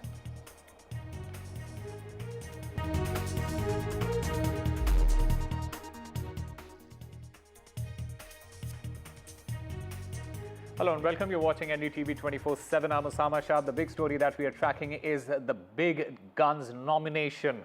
Now, Arvind Kejriwal as well as Parvesh Verma, they have filed their nominations. It is BJP versus the Aam Aadmi Party battle for the New Delhi constituency. The Aam Aadmi Party national convener, he filed his nomination for the assembly election from the New Delhi constituency.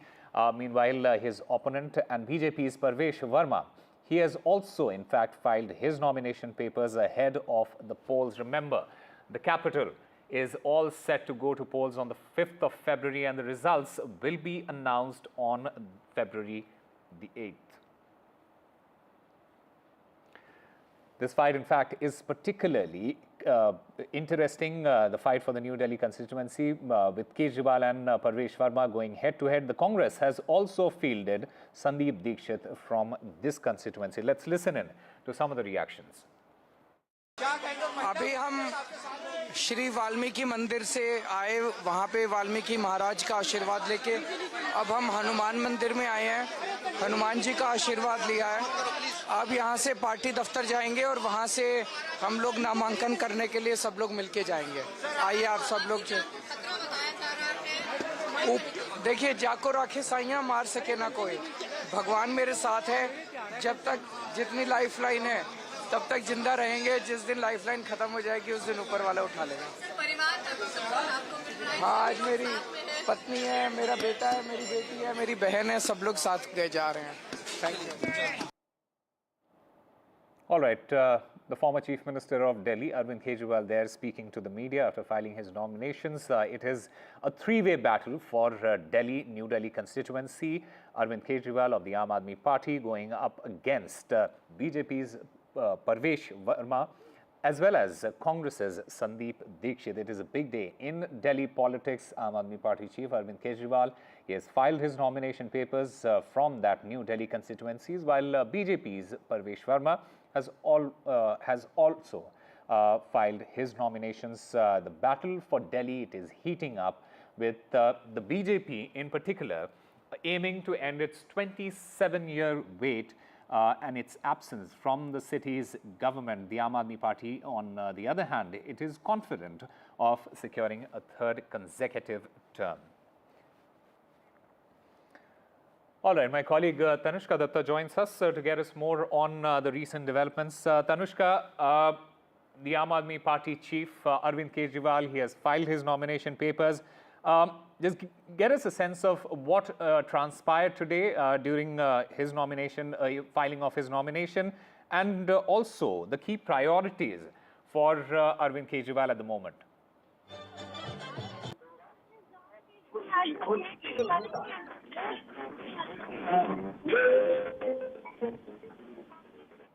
Is holding here from his party office. Arvind Kejriwal, Aam Aadmi Party national convener, first went to the Valmiki Mandir in the morning with his family, with his wife and his sister, and thereafter he went. We know Hanuman is one of the major spots for political leaders to offer their prayers before big happenings in their day, and we're currently moving forward in the road show where he is heading towards to file his nomination. Remember, Arvind Kejriwal is fighting the Delhi Assembly elections from the New Delhi Constituency seat, and this is a triangular contest between the BJP, the Congress and the Aam Aadmi Party. Arvind Kejriwal has up against him sons of two former chief ministers, Sandeep Dixit from Congress and BJP's Parvesh Verma, and he is himself a former chief minister as well. Before leaving for his road show and onwards to his nomination filing, what Arvind Kejriwal said, they look forward making a government of development again in Delhi. He urged the voters that he's been here in 2015, in 2020 assembly elections also, and he seeks people's blessings. He urged out to the people of Delhi to bring in the Aam Aadmi Party again if they want good governance, if they want work to be done on civic issues, and of course highlighting again his women's scheme, the Mahila Samman Yojana, the 2100 rupees that his party has promised to offer to women if they're elected into these elections. As you can also see in this road show, a lot of women here are present. So the road show is essentially being, rallied at this point by Arvind Kejriwal and his women supporters, which is also a big marcation of his women's scheme at this point. So this is what we're gauging right now. The sense on the ground is this exactly, that Arvind Kejriwal All right, we'll try and reconnect with Tanushka there as she tracks Arvind Kejriwal's nomination. He is on his way to file his nomination at the moment. In the meanwhile, I'm also currently joined by my colleague Ishika Verma.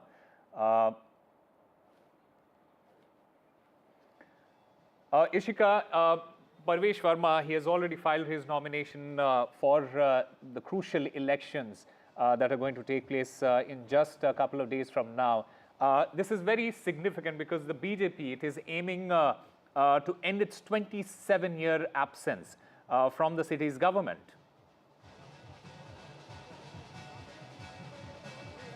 Well, yes, certainly, Osama. As you rightly said, BJP this time is hoping for a comeback in power. And today we are seeing that the BJP candidate from the New Delhi constituency, Parvesh Verma, is currently filing his nomination inside. And we saw that he, in fact, had done a massive roadshow before coming here to file his nomination. So certainly today it's a roadshow versus roadshow, the show of strength from both the candidates of the New Delhi constituency. My camera person is currently showing you the supporters of Parvesh Verma that have gathered right outside, because this time, in fact, what we also saw that, Arvind Kejriwal and his entire Aam Aadmi Party trained guns at Parvesh Verma even before he was announced as a candidate from here. And they have continuously attacked him over, in fact, the alleged freebie distribution and, in fact, cash for votes route, and certainly also went to the Election Commission to complain against him. So how all of that will be impacting this election, especially in the New Delhi constituency, remains to be seen. But today, certainly, both the leaders, be it Parvesh Verma or be it Arvind Kejriwal, both of them trying to show their show of strength. And that is why we are seeing both of them holding a Padyatra. Just before coming here, Parvesh Verma also held a massive Padyatra from his residence till here. And my camera person currently shows you the supporters, the sea of supporters that you can see just outside this office, who are waiting for Parvesh Verma to, in fact, come back, after filing the nomination here. So certainly, we'll also try to gather the excitement. क्या लगता है इस बार परवेश वर्मा जीत जाएंगे? जीतेंगे क्यों नहीं जीतेंगे? आप बताओ, 25 साल हो गए, भाजपा को अभी तक दिल्ली वासियों ने चांस नहीं दिया। इस बार पूरा चांस है, क्योंकि जो केंद्र की सरकार है, दिल्ली उसी को इस बार सरकार देगी दिल्ली की। लेकिन परवेश वर्मा पे लगातार आम आदमी पार्टी ये एलिगेशन लगाती रही कि फ्रीबी डिस्ट्रीब्यूट कर रहे हैं, इलेक्शन कमीशन तक वो पहुंच गए कंप्लेन करने के लिए। क्या लगता है उसका इम्पैक्ट भी पड़ेगा? देखिए, मैं आज 2 लाइनें आपको बोलूँगा बोलने के लिए। कि जब ये सरकार बनी थी, आंदोलन से बनी थी, 2013 में इनके पास मेजॉरिटी नहीं थी। इन्होंने ये बहाना मारा कि हमारे पास एमएलए नहीं है। फिर दोबारा जब इलेक्शन हुए, दिल्ली की जनता ने इनको भरपूर स्वागत किया, भरपूर बहुमत दिया, लेकिन फिर इन्होंने बोला जी हमें एक्सपीरियंस नहीं है। अब ये कह रहे हैं जी हमें एलजी साहब काम नहीं करने देते। मैं इनसे पूछना चाहता हूँ, अभी अभी मोदी साहब की सरकार आई है, एलजी साहब तो वहीं रहेंगे। आप इलेक्शन लड़के फिर यही बहाना दिल्ली सरकार को कहोगे, पब्लिक को कहोगे मुझे एलजी साहब काम नहीं कर। आप पहले दिल्ली में सरकार बनाए। लेकिन बीजेपी ने सीएम का चेहरा घोषित नहीं किया है। आप लोग सपोर्टर्स हैं यहाँ पे, आप लोग मान के चल रहे हैं परवेश वर्मा 100%। परवेश भाई एक तो इतने यंग सीएम बनने जा रहे हैं और उनका जो काम की करने की शैली है, आप जहाँ से वो पहले एमपी थे वहाँ पे आप बैकग्राउंड पूछ लो, वहाँ पे क्या काम करके आए वो। उन्होंने 300 बेड का अपना एक हॉस्पिटल बनाया है और नई दिल्ली के अंदर तो उन्होंने अभी 1 महीने के अंदर ही बता दिया है कि वो किस तरीके से काम करेंगे दिल्ली के अंदर। So as you can hear, all of these supporters, you can see the josh in them, and they are already saying that Parvesh Verma will be the Chief Minister face. So BJP has not officially announced it, but his supporters right here, they claim that it is Parvesh Verma, certainly the Chief Minister face for them. Over to you. All right, Ishika Verma, thank you very much for getting us all the latest. The battle for Delhi, especially the New Delhi constituency, it is certainly heating. Now, as per reports, and in fresh trouble for the Aam Aadmi Party leader Arvind Kejriwal ahead of the Delhi election, the Union Home Ministry has given the go-ahead to the ED, or the Enforcement Directorate, to prosecute the former Chief Minister in a money laundering case linked to the now scrapped liquor policy. The Home Ministry sources have said that it has okayed the agency's prosecution push in the case against senior Aam Aadmi Party leader and the former Deputy Chief Minister Manish Sisodia as well. This, in fact, comes months after a Supreme Court ruling in November, which said that the Enforcement Directorate would need prior sanction, like the Central Bureau of Investigation, to prosecute public servants. Now, while the central agency has said Mr. Kejriwal was the mastermind of the alleged irregularities in the Delhi liquor policy case, the framing of charges was pending in a Delhi court since it did not have the clearance. Now, the fresh development has now removed that obstacle.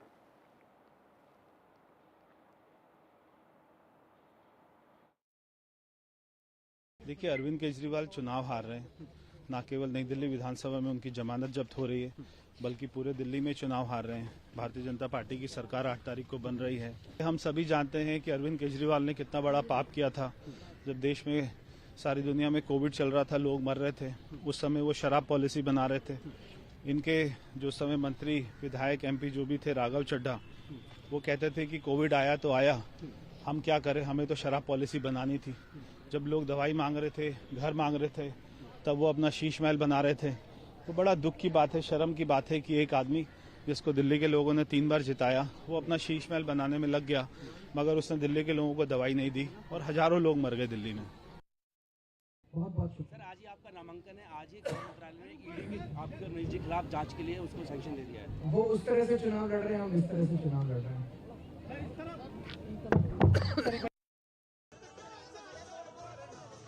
Fresh trouble seems to be brewing for the Aam Aadmi Party national convener Arvind Kejriwal, as well as the former Deputy Chief Minister Manish Sisodia. The Union Home Ministry has now given the go-ahead to the Enforcement Directorate in order to prosecute the former Chief Minister in the money laundering case, now linked to the now scrapped liquor policy. And my colleague Aishwarya Jain joins us to get us more on this. Aishwarya, just give us a sense of the latest development in this particular case, and how much trouble is Arvind Kejriwal and Manish Sisodia are in at the moment? Well, politically, there would be trouble for Arvind Kejriwal and Manish Sisodia if Aam Aadmi Party wins the Delhi elections. And as Aam Aadmi Party has stated that Arvind Kejriwal will be the Chief Minister of Delhi, certainly it is the Supreme Court rulings and also the bail conditions that Arvind Kejriwal is currently out on, that he cannot sign any official files, he cannot go to the Chief Minister's office. And if now there would be the trials that will begin, and the enforcement directorate goes ahead to frame the charges against Arvind Kejriwal and Manish Sisodia, then certainly it would be more and more trouble. Remember, it was the Supreme Court order that stated that it would be enforcement directorate who should first get the sanctions from the Home Ministry as far as any public prosecutor, any public servant is concerned. And now the Union Home Ministry has authorized the Enforcement Directorate to pursue prosecution against former Delhi Chief Minister Arvind Kejriwal and his deputy Manish Sisodia for alleged irregularities in the now scrapped excise policy for 21-22. The decision will now follow the approvals of the Lieutenant Governor V.K. Saxena for the prosecution. Remember, in August 2024, the CBI was also authorized to prosecute Kejriwal in connection with the parallel corruption cases, and therefore the reason perhaps the Enforcement Directorate was waiting for the Ministry of Home Affairs to give the approval for the sanctions. Now they have got it, so certainly it would be waiting for the Lieutenant Governor to finally give the approval, and now the Enforcement Directorate can go ahead to frame the charges and the trials can begin from here. Ashwarya, having said that, this development, it may also have significant implications for the Aam Aadmi Party ahead of the Delhi elections, isn't it? Well, certainly, as I mentioned, the Aam Aadmi Party has already declared its Chief Minister's space, that is Arvind Kejriwal. If Aam Aadmi Party comes into the power, then Arvind Kejriwal will be the Chief Minister. How he will work, if there would be trials that will be conducted against him, and the charges will be framed against the Enforcement Directorate. And therefore, the reason perhaps political fight has also begun, Osama. It is the Aam Aadmi Party who is questioning the timings. Arvind Kejriwal already had given a statement that this is the kind of work that the Bharatiya Janata Party do. The timing of the Ministry of Home Affairs approval is being questioned by the Aam Aadmi Party. On the other side, it is the Bharatiya Janata Party who has been saying that law is doing its own course, and it is, of course, the corruption charges with the Bharatiya Janata Party had also gone and taken it to the public as well, that how there had been the South Group, which had been profited because of the licensing that had been given by the Aam Aadmi Party at that point of time, and they had made a huge profit. Series of people were arrested. Series of people had been under the trials. The charge sheets have been filed, but now this will be a fresh trouble if the Enforcement Directorate goes ahead to frame charges against Kejriwal. And how Aam Aadmi Party is going to respond on this is something that is very interesting to see.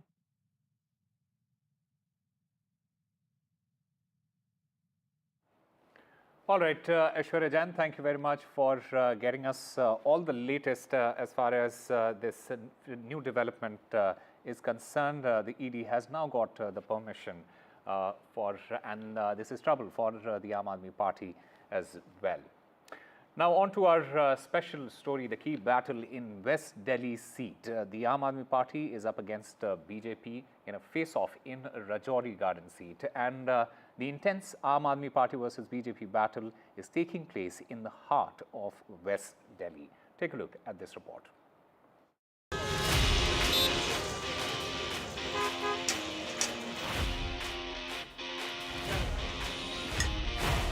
Hustling and bustling market of Rajouri Garden in West Delhi, enjoying some chur-chur naan out here. And this is election season that we're talking about.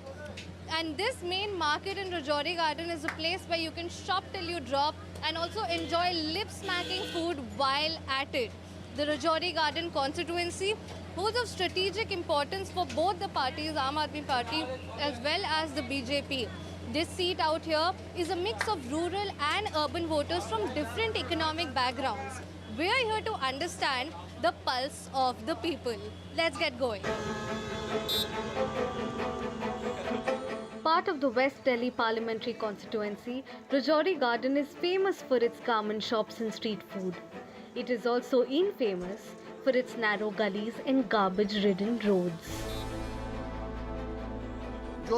Daily की जो activities और लोग basic सफ़र कर रहे हैं वो तो कोई देख नहीं रहा.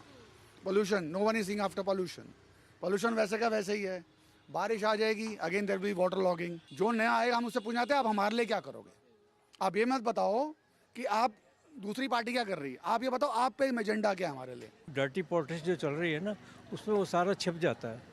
जो आजकल पब्लिसिटी हो रही है, टीवी पे आ रहा है, सब कुछ आ रहा है, सड़कों पे कर रहे हैं, तो वो कोई मायने नहीं रखता ये चीज़ें।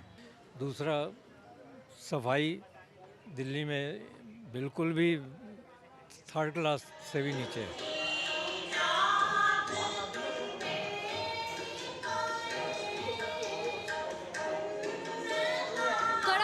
From a Gurdwara in Rajouri Garden, the constituency wherein a significant presence of voters here belong from the Sikh community. Punjabi culture is also prominent in this area, and what we are understanding by fielding Manjinder Singh Sirsa from the BJP is looking forward to hold on to this Sikh electorate and strengthen its foothold in West Delhi.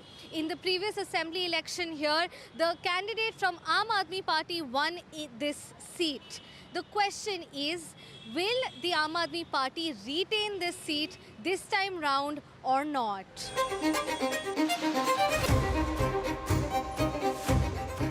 I think they have worked upon in government hospital, government schools, because I have been to some government schools to give lectures. So I have seen betterment in government schools. Hospitals as well, they have good medicine centers, doctors. I think hospital and schools में तो काफ़ी अच्छा better हुआ है यहाँ. The contest here is between Aam Aadmi Party candidate Dhanvati Chandela, who also won this seat in the 2020 assembly election, and BJP's Manjinder Singh Sirsa. Sirsa's electoral record includes both victories and defeats. He won this seat in 2013 and 2017. But what do the people want? Rajouri में काम होना नहीं, काम बहुत सारे काम होने बाकी हैं, काम हुए ही नहीं हैं। हाँ, अब ये हमें उम्मीद है कि मनजिंदर सिंह सिरसा जी काम करने वाले कैंडिडेट हैं, वो काम जरूर करेंगे, बट हमें उनको हर हालत में जिताना जरूर है। ऐसे क्या काम है, मुद्दे क्या है जो आपको लगता है कि ज़रूरत है? मुद्दे यही है कि अपना यहाँ सड़कों का हाल बुरा है, ट्रैफिक का हाल बुरा है, चलने की जगह नहीं है, गुंडा राज है। लॉ एंड ऑर्डर आपके हिसाब से एक मेन मुद्दा है? The main focus is pollution, lots of pollution. अब मेरे बेटे को इतनी प्रॉब्लम हो रही है now days due to pollution, नहीं निकलना बहुत मुश्किल है, सभी को इतना कोल्ड कफ रहता है, and I don't think government is doing anything on it.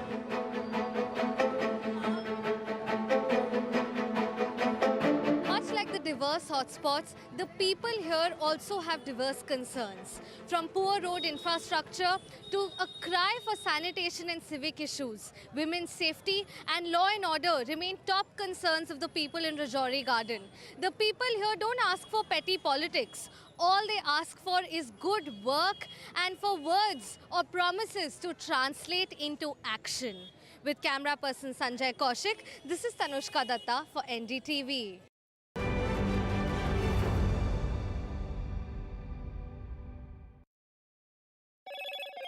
Hello, Moto. Motorola Edge 50 Pro, world's first AI-powered pro-grade camera.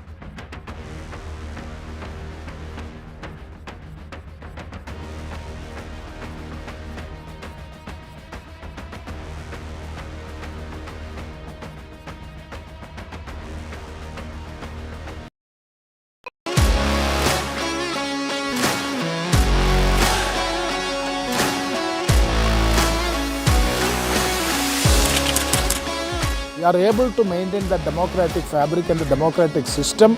I want to do something that can make a difference. लगातार जनता की आवाज को सरकार तक पहुंचाने का काम मैं करता हूं।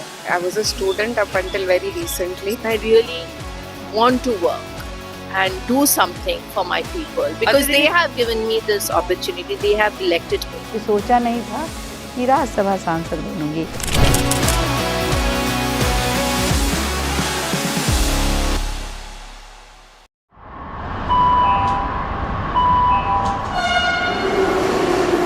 Kind attention, please. Delhi Election Metro 2025 is arriving on people's platform. Please mind the gap. BJP or AAP, who will get to the Delhi Secretariat station? दरवाजे बाईं तरफ खुलेंगे. Who will Delhi voters open the victory doors for? And who will be shown the door? Can the BJP throw AAP's victory run off track? Or will it be Kejriwal's ticket to win again? Can Congress take the election metro to revival? We will track it all for you. Delhi's decision destination. Doors will open on the left. Stay tuned to NDTV for mega metro poll coverage. Well, I'm in Altadena. This is one of the worst hit areas. When disaster strikes, NDTV World brings you exclusive on-the-ground reports straight from the heart of the action. A neighborhood in Los Angeles that has been devastated by fire. I just received an emergency alert extreme, which has come on my phone. Stay tuned for NDTV World's in-depth coverage as we bring you the real stories from Los Angeles. This is the Altadena area, and there are still fires, and there's a lot of smoke in the area. These houses completely gutted. This is reporting that matters only on NDTV World.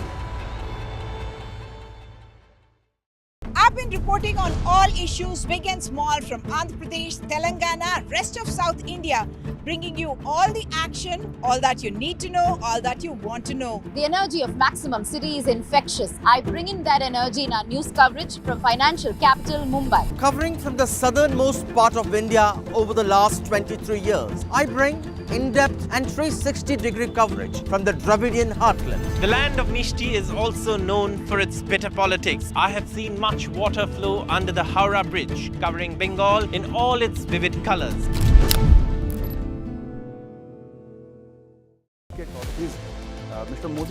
In a time of sweeping economic change, what can India's past tell us about its future?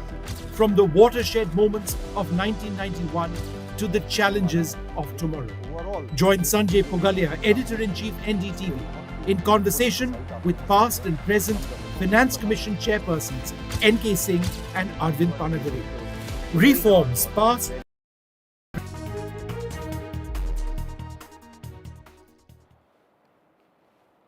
Welcome back. The Prime Minister Narendra Modi commissioned 3 frontline naval combatants today at the Mumbai's naval dockyard. These inductions aim to bolster India's maritime capabilities and underscore the nation's commitment to self-reliance in defense manufacturing. The Prime Minister, in fact, also highlighted that this is the first time that 3 different kinds of made-in-India combatants have been inducted into the Indian Navy. That in itself highlights its significance and the leap that India has taken in this space. Also spoke about slogan Sagar, that is security and growth for all in the region. It highlights India's efforts to bring together its neighbors and also be the driving force in the region. Let's in fact listen in to what the Prime Minister as well as the Defence Minister have to say. साथियों, आज भारत पूरे विश्व और खासकर global south में एक भरोसेमंद और जिम्मेदार साथी के रूप में पहचाना जा रहा है। इंडियन ओशन रीजन में भारत की उपस्थिति, भारत का सामर्थ्य एक बहुत बड़ा आधार है। साथियों, पिछले 10 साल में जिस तरह भारत की तीनों सेनाओं ने आत्मनिर्भरता के मंत्र को अपनाया है, वो बहुत ही सराहनीय है। हमारी सेनाओं ने 5000 से ज्यादा ऐसे साजो सामान और उपकरणों की लिस्ट तैयार की है जो अब वो विदेशों से नहीं मंगाएगी। आईएनएस सूरत, आईएनएस नीलगिरी और आईएनएस वागशीर यानी एक डिस्ट्रॉयर, एक फ्रिगेट और एक सबमरीन की एक साथ हो रही हिस्टोरिक कमीशनिंग सिर्फ इंडियन नेवी की ही नहीं बल्कि आपके नेतृत्व में इंडियन ओशन रीजन में भारत की बढ़ती ताकत का भी यह प्रमाण है। साथियों, वैसे तो इंडियन ओशन रीजन में हमेशा से जियो स्ट्रेटेजिक और इकोनॉमिक दृष्टि से यह रीजन महत्वपूर्ण रहा है, परंतु आज के तेजी से बदलते हुए परिवेश में यह और भी महत्वपूर्ण हो गया है। All right, my colleague Sujata Dwivedi joins us to get us more on this. She had been covering this from the Naval Dockyard in Mumbai since the morning. Sujata, just take us through what all transpired today at the commissioning of these 3 Made in India naval combatants. All right, we'll try and connect with Sujata in just a short while from now. India has, in fact, the Prime Minister has commissioned these 3 frontline naval combatants at the Mumbai's Naval Dockyard. These inductions, they basically aim to bolster India's maritime capabilities and also underscore the nation's commitment to self-reliance in defense manufacturing. In fact, the Prime Minister had posted on his social media platform X ahead of this particular event and ahead of the commissioning of these warships and a submarine, saying that this would strengthen our efforts towards being a global leader in defense and augment our quest towards self-reliance. And my colleague Sujata joins us to get us more on this story. Sujata, just take us through all what all transpired today at the commissioning of these 3 Made in India naval combatants. Well, certainly, and as the Prime Minister commissions 3 important vessels for the Indian Navy, and the big aspect here is that for the first time ever in the history of the Indian Navy, 3 vessels, that is 2 warships and 1 submarine, INS Wakshir, have been commissioned together. Now, INS Surat, INS Nilgiri and INS Wakshir. As we know that INS Surat is one of its first kind where a vessel has been named after a city, a port, and secondly INS Nilgiri, which has been commissioned after 52 years, where previously it served the Indian Navy for 32 good years, and now it is the submarine, which is also called the silent killer of the sea. The Prime Minister commissioned, and also at the same time he spoke about how the Indian Navy is being prosperous and successful for the indigenous aspects, where more than 75% of the materials used for the manufacturing of these vessels were indigenous, that were of the MSME sectors that belonged to the Indian soil. And also the Prime Minister thereafter is going to have a meeting with the leaders and the MLAs as well as members of the MLCs together at INS Angre, where he'll be speaking about the rules as well as the policies of the Maharashtra government, after which the Prime Minister will be heading towards Kharghar in Navi Mumbai, where he'll be inaugurating the temple. Now this temple, it has got special features. It is the 2nd largest temple in Asia. Also at the same time, after 12 years of hard work and resilience, this temple has been formed with almost a total amount of 200 crores being spent on it, spread in 9 acres. So somewhere a big day for the Indian Navy as well as for the people of Navi Mumbai, where a big temple is going to be inaugurated, which belongs to ISKCON. And the inauguration has been done. The Prime Minister will shortly be meeting the leaders of the Mahayuti government, after which he'll be heading to Kharghar from the Sikra helipad. An important day, and the Prime Minister, like he addressed that India has always been a hub of self-growth, and how the Make in India program has been successfully being followed by the Indian Navy, where also during the formation of INS Surat, INS Wakshir and INS Nilgiri, it was ensured that all of the features of these vessels are made and formulated in a manner that it is able to sustain in the sea for a longer period of time, along with its formulations being,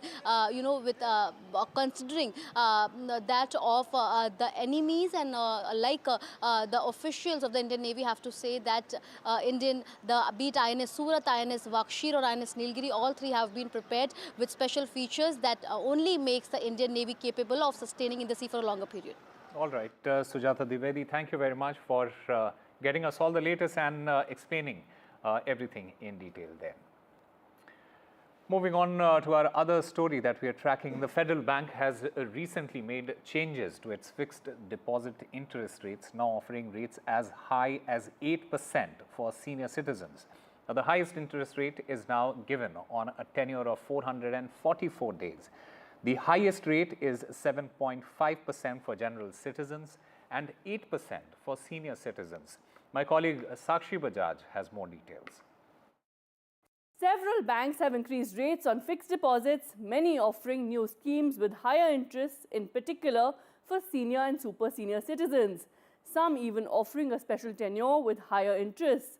While this is leading to fierce competition among banks in India, why is this really happening and why is this coming up? Well, the most attractive fixed deposit schemes are, of course, leading to fierce competition to raise more deposits. But why exactly is this being done? Well, as per the most recent RBI data, banks are struggling to raise enough deposits to meet rising credit demand. As of December 27, 2024, credit grew by 11.16% year-on-year, while deposits rose by 9.8%, according to this latest data released by the Reserve Bank of India. So lending outpacing deposits as banks face growing challenges, and therefore the fixed deposit rate really is aimed to, the boosting of the fixed deposit rate is aimed at attracting more customers, and of course this amid the liquidity crunch. Meanwhile, a thick blanket of fog has engulfed Delhi and the national capital region, severely disrupting the flight operations. As many as 167 flights departing from Delhi were delayed since midnight, with an average delay of at least 1 hour. While flight arrivals continue with minimal delays, the fog has caused significant inconvenience to air travelers. In fact, an orange alert was issued by the Indian Met Department a day earlier, cautioning about dense to very dense fog in the capital. And my colleague Anushka joins us on the phone line to get us more on this. Anushka, this is it is just above 12 past 30, and there's still the visibility at the moment is still very, very low. Well, certainly, Osama, a dense fog has engulfed the entire national capital and Delhi-NCR also. What we're talking about is that the IMD has in fact said that the visibility right now at the Safdarjung station has recorded around 100 meters, and not only just Delhi but also in surrounding areas. Early this morning, these flights have been delayed, trains have been delayed, at least 150 flights, above 150 flights have been delayed, and 184 flights are delayed so far. As many as 26 trains bound for Delhi are also running late, and the timings have been changed for 6 trains. Road traffic has also slowed down in Delhi and nearby cities due to reduced visibility. Also, the last update around 7:30 a.m., Delhi Airport had warned flyers to stay updated about their flights. While landing and takeoff continue at Delhi Airport, flights that are not Cat 3 compliant may get affected. Also, every passenger were given the update that to contact the airline concerned for updated flight information. Also, the budget carriers Indigo and SpiceJet have also warned the flights may be impacted due to low visibility and requested the passengers to keep checking their flight status. Delhi recorded a temperature of 9 degrees Celsius in the morning, and the weather office is predicting fog again in the evening and the night. The IMD had also forecast dense fog in the morning and cloudy skies later in the day with chances of light rain during evening or night. Also, the average air quality remains poor, while the city is in fact grappling with low visibility and other issues such as road traffic that has been affected because of the reduced visibility. And also, lots and lots of flights have been delayed and cancelled. As many as 150 flights are delayed. 184 flights have been said so far that flights have been delayed, and also 26 trains have in fact rescheduled their time because of the fog condition that can be seen not just in Delhi but also in the entire NCR. Back to you, Osama. All right, Anushka, thank you very much for getting us all the latest as far as the situation in Delhi and the National Capital Region is concerned, especially with respect to the fog situation. Multiple flights have been delayed, many have been cancelled, and the fog situation continues to remain as it was early in the morning at the moment.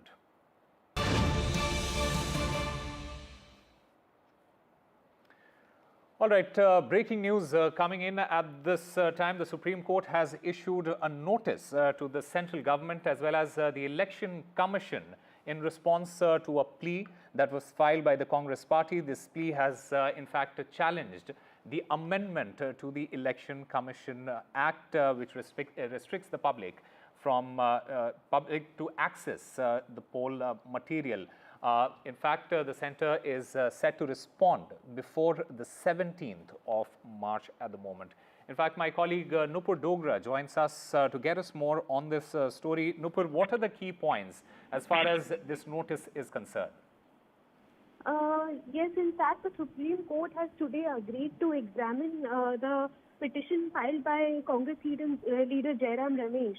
Jairam Ramesh in his petition has challenged the recent amendments made by the centre in the 1961 election rules. So the court today briefly heard the submissions made by senior advocate Kapil Sibal and Abhishek Manu Singhvi appearing for Congress, that they have alleged that these new rules, these new amendments are actually they undermine the transparency and accountability of the electoral process. And he emphasized that the integrity of the electoral process is being rapidly eroded because of such amendments. And today, the Supreme Court said that it will examine the issue. It has just agreed to examine the issue, and it has issued notice to both Election Commission of India and Centre and sought their response to the pleas filed by the Congress leader Jairam Ramesh. The Supreme Court will again take up the matter on or after March 17. Until that time, Centre has the time to reply to these petitions filed by Congress against the new amendments made in the election rules. All right, Nupur Dogra, thank you very much for getting us all the latest. In fact, the Supreme Court's decision to issue a notice in this particular matter indicates that it considers the issue worthy of further consideration. In fact, the court's ultimate decision could have significant implications for the functioning of the Election Commission and the transparency of the electoral process in India.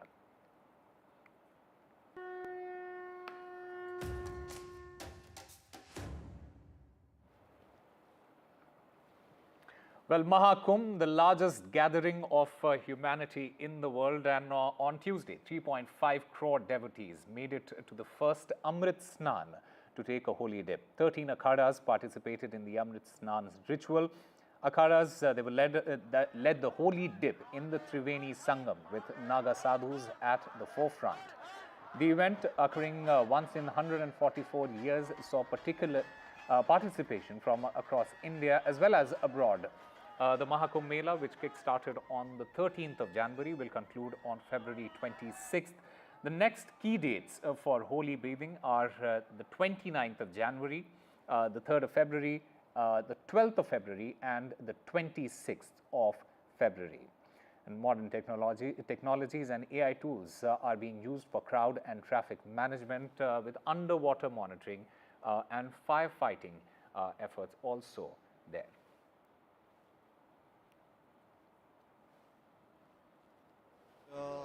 सुबह नहा के दर्शन करके वापस स्नान करके अभी हम राम जन्मभूमि रामलला के दर्शन को जा रहे हैं वापस। महाकुंभ 114 साल के बाद आया है, 144 इयर्स के बाद, और हमारे कितनी सी पीढ़ियाँ हैं बिफोर इंडिपेंडेंस, हम कितने पीढ़ियों ने नहीं देखा होगा। हमारा सौभाग्य है कि हमको देखने को मिल रहा है। यही मांग रहे हैं भगवान से ना के कि हमारे गोवा में सुख शांति आए, हमारे भारत में पूरे सुख शांति आए और सबको सब खुशहाली हो, इतना ही हम मांग लिए हैं। अपने बारे में भी मांगा, लेकिन सबके बारे में भी मांगा। We are at Sangam in Prayagraj. The ghats are a little quieter today. We compare it to yesterday, the big Amrit Snan of Makar Sankranti. Take a look. While crores of people had come here for their holy dip yesterday, today they are very few. Well, this is going to be on for next 45 days. So this kind of crowd will be there throughout the month. But the big Snan days, well, that's the day when these ghats will be crowded. There will be no elbow room, no room to move, if I can say that. The next big Amrit Snan is on the Mauni Amavasya Day, which falls on 29 January.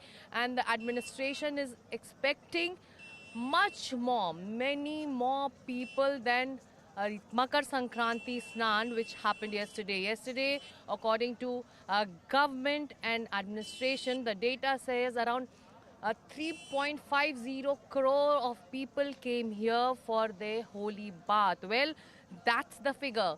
That's one figure which makes it an international wonder that how can so many people can gather for one day and take their holy dip and go back happy.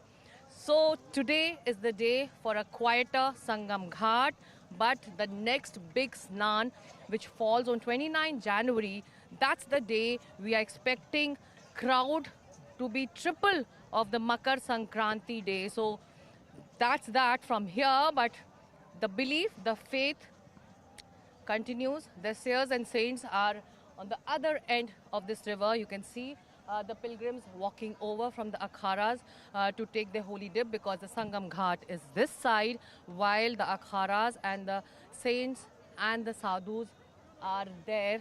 Their vas is there, the ashrams are there, the akharas are there. They're going to stay there for next 45 days. So this is an everyday picture, everyday view from the Sangam Ghat till the next big Snan, the big Amrit Snan of 29 January happens. In Prayagraj with cameraman Rajesh Gupta, this is Sikta Deo for NDTV. Well, Rahul Gandhi's recent comments have sparked a heated debate, with the Congress leader stating that the fight is not just against the BJP RSS but against the Indian state itself. He in fact emphasized that it's not a fair fight. Mr. Gandhi's remarks were made during the inauguration of the Congress headquarters and while kicking off the Delhi Assembly election campaign from Rithala. In fact, criticized the ruling party for undermining constitutional values and targeting minorities. Let's listen in to what Rahul Gandhi had to say. And the capability to stop them. I'd like to say one last thing, that do not think that we are fighting a fair fight. There is no fairness in this. If you believe that we are fighting a political organization called the BJP, that we are fighting a political organization called the RSS, you have not understood what is going on. The BJP and the RSS have captured every single institution of our country. We are now fighting the BJP, the RSS, and the Indian state itself. All right. Meanwhile, the Bharatiya Janata Party, it has hit back, labeling Rahul Gandhi as anti-national and in fact has also accused him of working against the countries. The party's response, it highlights the escalating tensions between the Congress and the BJP ahead of the Delhi Assembly elections. So Rahul Gandhi's recent comments have sparked a heated debate between the Congress as well as the BJP. Rahul Gandhi stated in that bite that you just heard that the fight is not just against the BJP RSS but against the Indian state itself. He in fact emphasized that it is not a fair fight, is what he said in his remarks that were made during the inauguration of the Congress headquarters there. Now, the BJP has hit back. It has termed Rahul Gandhi as anti-national. The BJP has also accused him of working against the country. In fact, the party's response, it highlights the escalating tensions between the Congress and the Bharatiya Janata Party ahead of the Delhi Assembly elections. In fact, let's listen in to what Pradeep Bhandari of the BJP has to say. Rahul Gandhi ने अपने देश विरोधी नियत को साफ कर दिया है।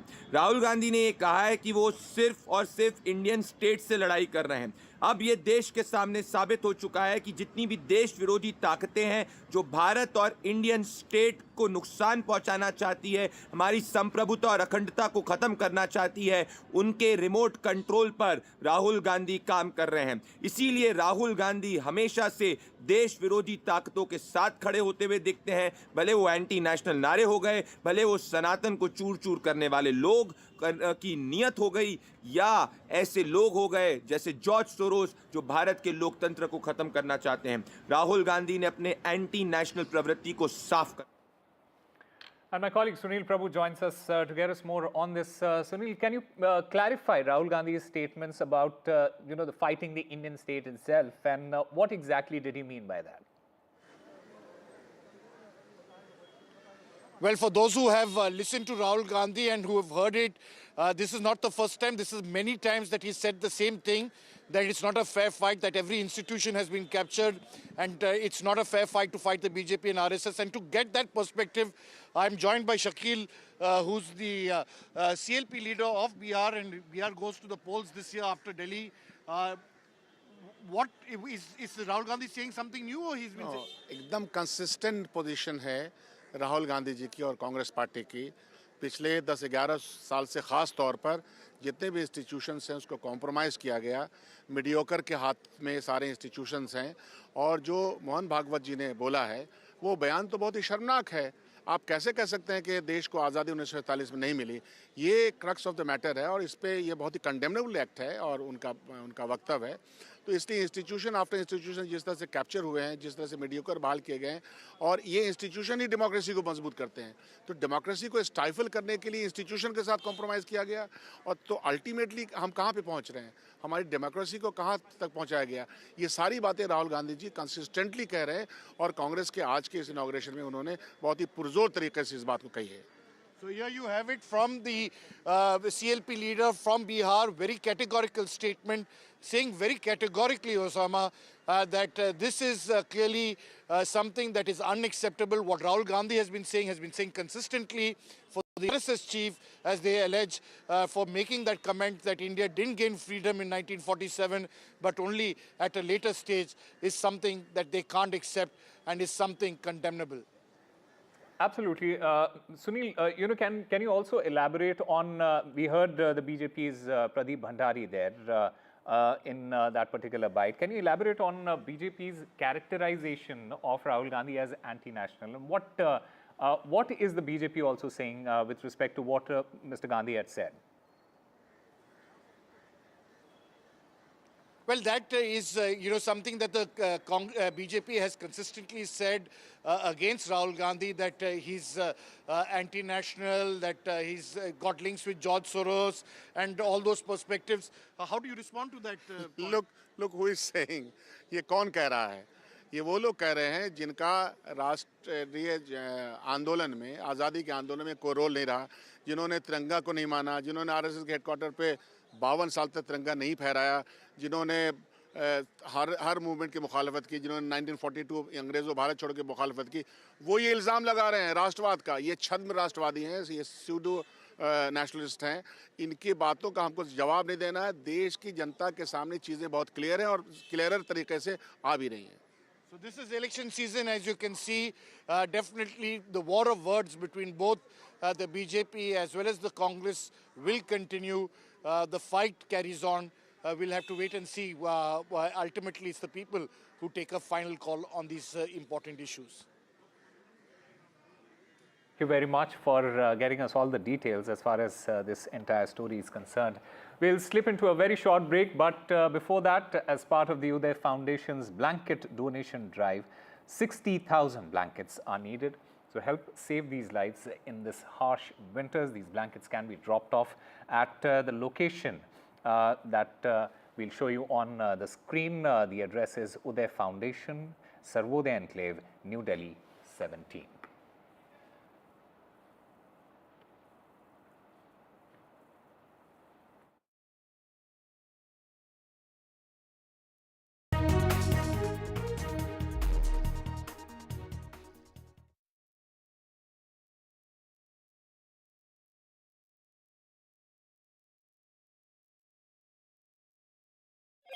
Hello, Moto.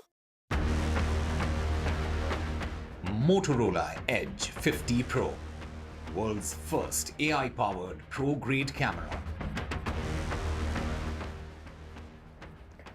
The battle for Delhi is heating up. Arvind Kejriwal and Parvesh Verma filed their nominations from the New Delhi constituency. Fresh trouble for Aam Aadmi Party leader Arvind Kejriwal ahead of the Delhi election. The Union Home Ministry gives the go-ahead to the Enforcement Directorate to prosecute the former Chief Minister. A new office named Indira Gandhi Bhavan for the Congress in Delhi. Congress moves to the new office after 47 years.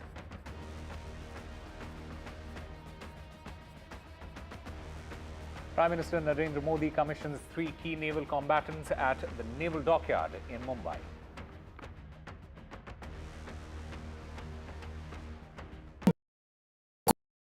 In today's interconnected world, India's voice is more crucial than ever. When India speaks, the world listens. At NDTV World, we are that voice, bringing you intelligent and insightful news from India and beyond. From geopolitics and diplomacy to economic shifts, migrations, tech disruptions, and the stories of our diaspora. We cover the news that shapes our global future. NDTV World, your new home for global news is here.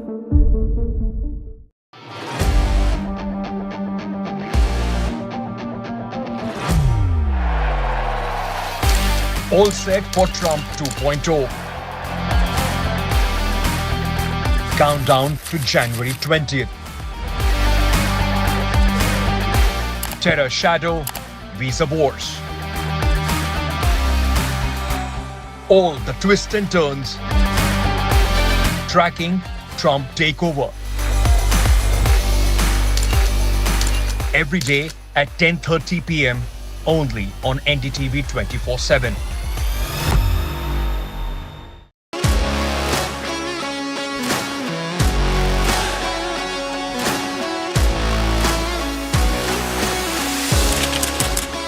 We are able to maintain the democratic fabric and the democratic system. I want to do something that can make a difference. लगातार जनता की आवाज को सरकार तक पहुंचाने का काम मैं करता हूं. I was a student up until very recently. I really want to work and do something for my people because they have given me this opportunity. They have elected me. सोचा नहीं था कि राज्यसभा सांसद बनूंगी.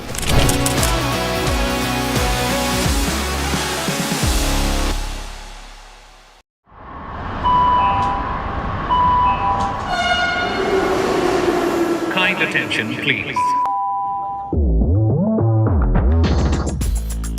Delhi Election Metro 2025 is arriving on people's platform. Please mind the gap. BJP or AAP, who will get to the Delhi Secretariat station? दरवाजे बाईं तरफ खुलेंगे. Who will Delhi voters open the victory doors for? And who will be shown the door? Can the BJP throw AAP's victory run off track? Or will it be Kejriwal's ticket to win again? Can Congress take the election metro to revival? We will track it all for you. Delhi's decision destination. Doors will open on the left. Stay tuned to NDTV for mega metro poll coverage. Well, I'm in Altadena. This is one of the worst hit areas. When disaster strikes, NDTV World brings you exclusive on-the-ground reports straight from the heart of the action. A neighborhood in Los Angeles that has been devastated by fire. I just received an emergency alert extreme, which has come on my phone. Stay tuned for NDTV World's in-depth coverage as we bring you the real stories from Los Angeles. This is the Altadena area, and there are still fires, and there's a lot of smoke in the area. These houses completely gutted. This is reporting that matters only on NDTV World.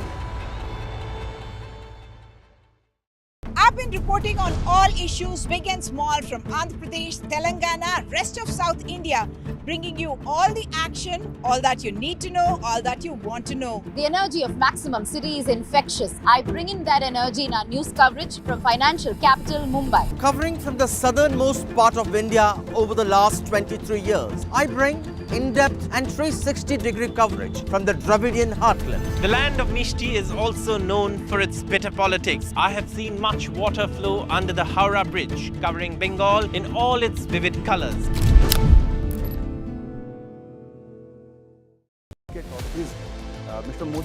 In a time of sweeping economic change, what can India's past tell us about its future? From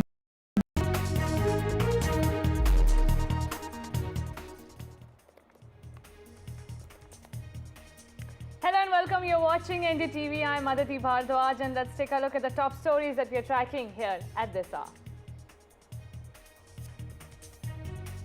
Congress MP Rahul Gandhi sparks row. Controversial comment made by Congress MP. Rahul said, "We are fighting Indian state itself." BJP slams Rahul Gandhi, says Rahul Gandhi has exposed the anti-India mindset and is working with anti-India forces.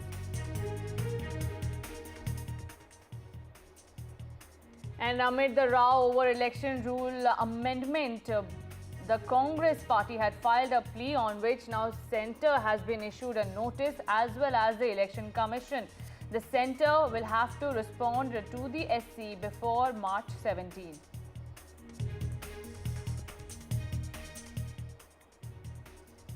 PM Modi dedicates 3 frontline naval combatants to nation. Commissioning of 3 frontline naval combatants underscores India's unwavering commitment to building a robust and self-reliant defence sector.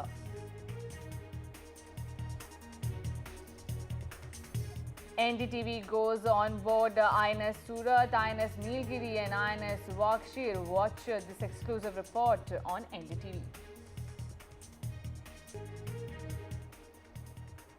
Battle for Delhi heats up. Big guns file their nominations. Arvind Kejriwal from the Aam Aadmi Party and from BJP Parvesh Verma filed nominations from New Delhi Constituency.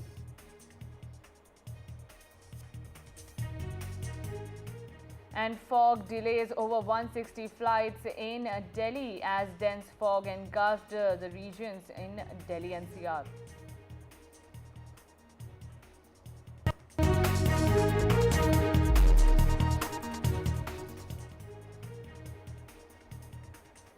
And viewers, the top focus here at NDTV right now is Congress MP Rahul Gandhi's comment at the opening of the new Congress office, where he said that the Congress is fighting not just the BJP, RSS, but the Indian state itself. This has sparked a massive row, and the BJP has come out all guns blazing against the Congress party. The BJP says that Rahul Gandhi has exposed the anti-India mindset of the Congress party, and Rahul is working with anti-India forces to break India. Listen in first what exactly Rahul Gandhi said, and following the BJP reaction coming over it. And the capability to stop them. I'd like to say one last thing, that do not think that we are fighting a fair fight. There is no fairness in this. If you believe that we are fighting a political organization called the BJP, that we are fighting a political organization called the RSS, you have not understood what is going on. The BJP and the RSS have captured every single institution of our country. We are now fighting the BJP, the RSS, and the Indian state itself. And the capability to stop them. I'd like to say one last thing. Rahul Gandhi ने अपने देश विरोधी नीयत को साफ कर दिया है।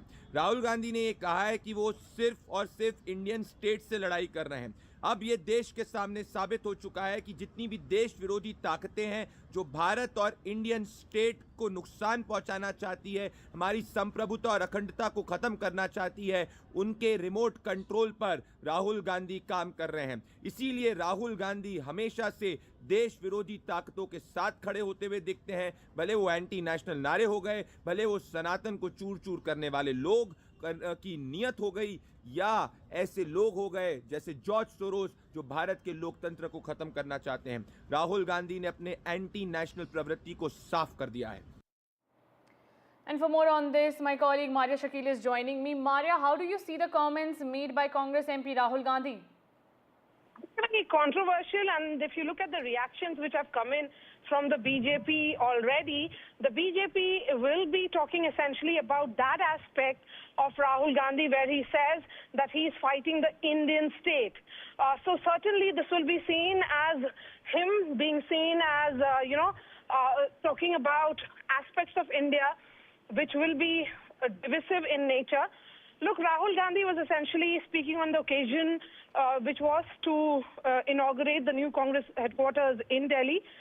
He said that the new Congress office is being inaugurated at a time when, RSS Supremo only yesterday had spoken about true independence after the Ram temple in Ayodhya was consecrated. That this is essentially his comment, RSS Supremo's comment, would have been seen as treason. And he would have been arrested had he been in another country. But now there is a bigger battle that is being fought by the Congress party, which is being led by Rahul Gandhi and others, who they say that it's certainly audacious for RSS Supremo to say so, is what Rahul Gandhi went on to say. But now if you look at the comments that are coming in from the BJP, they are going to make it certainly the talking point of the day in the run-up to elections of Delhi. But more so, it will be seen as Rahul Gandhi being divisive, Rahul Gandhi being projected,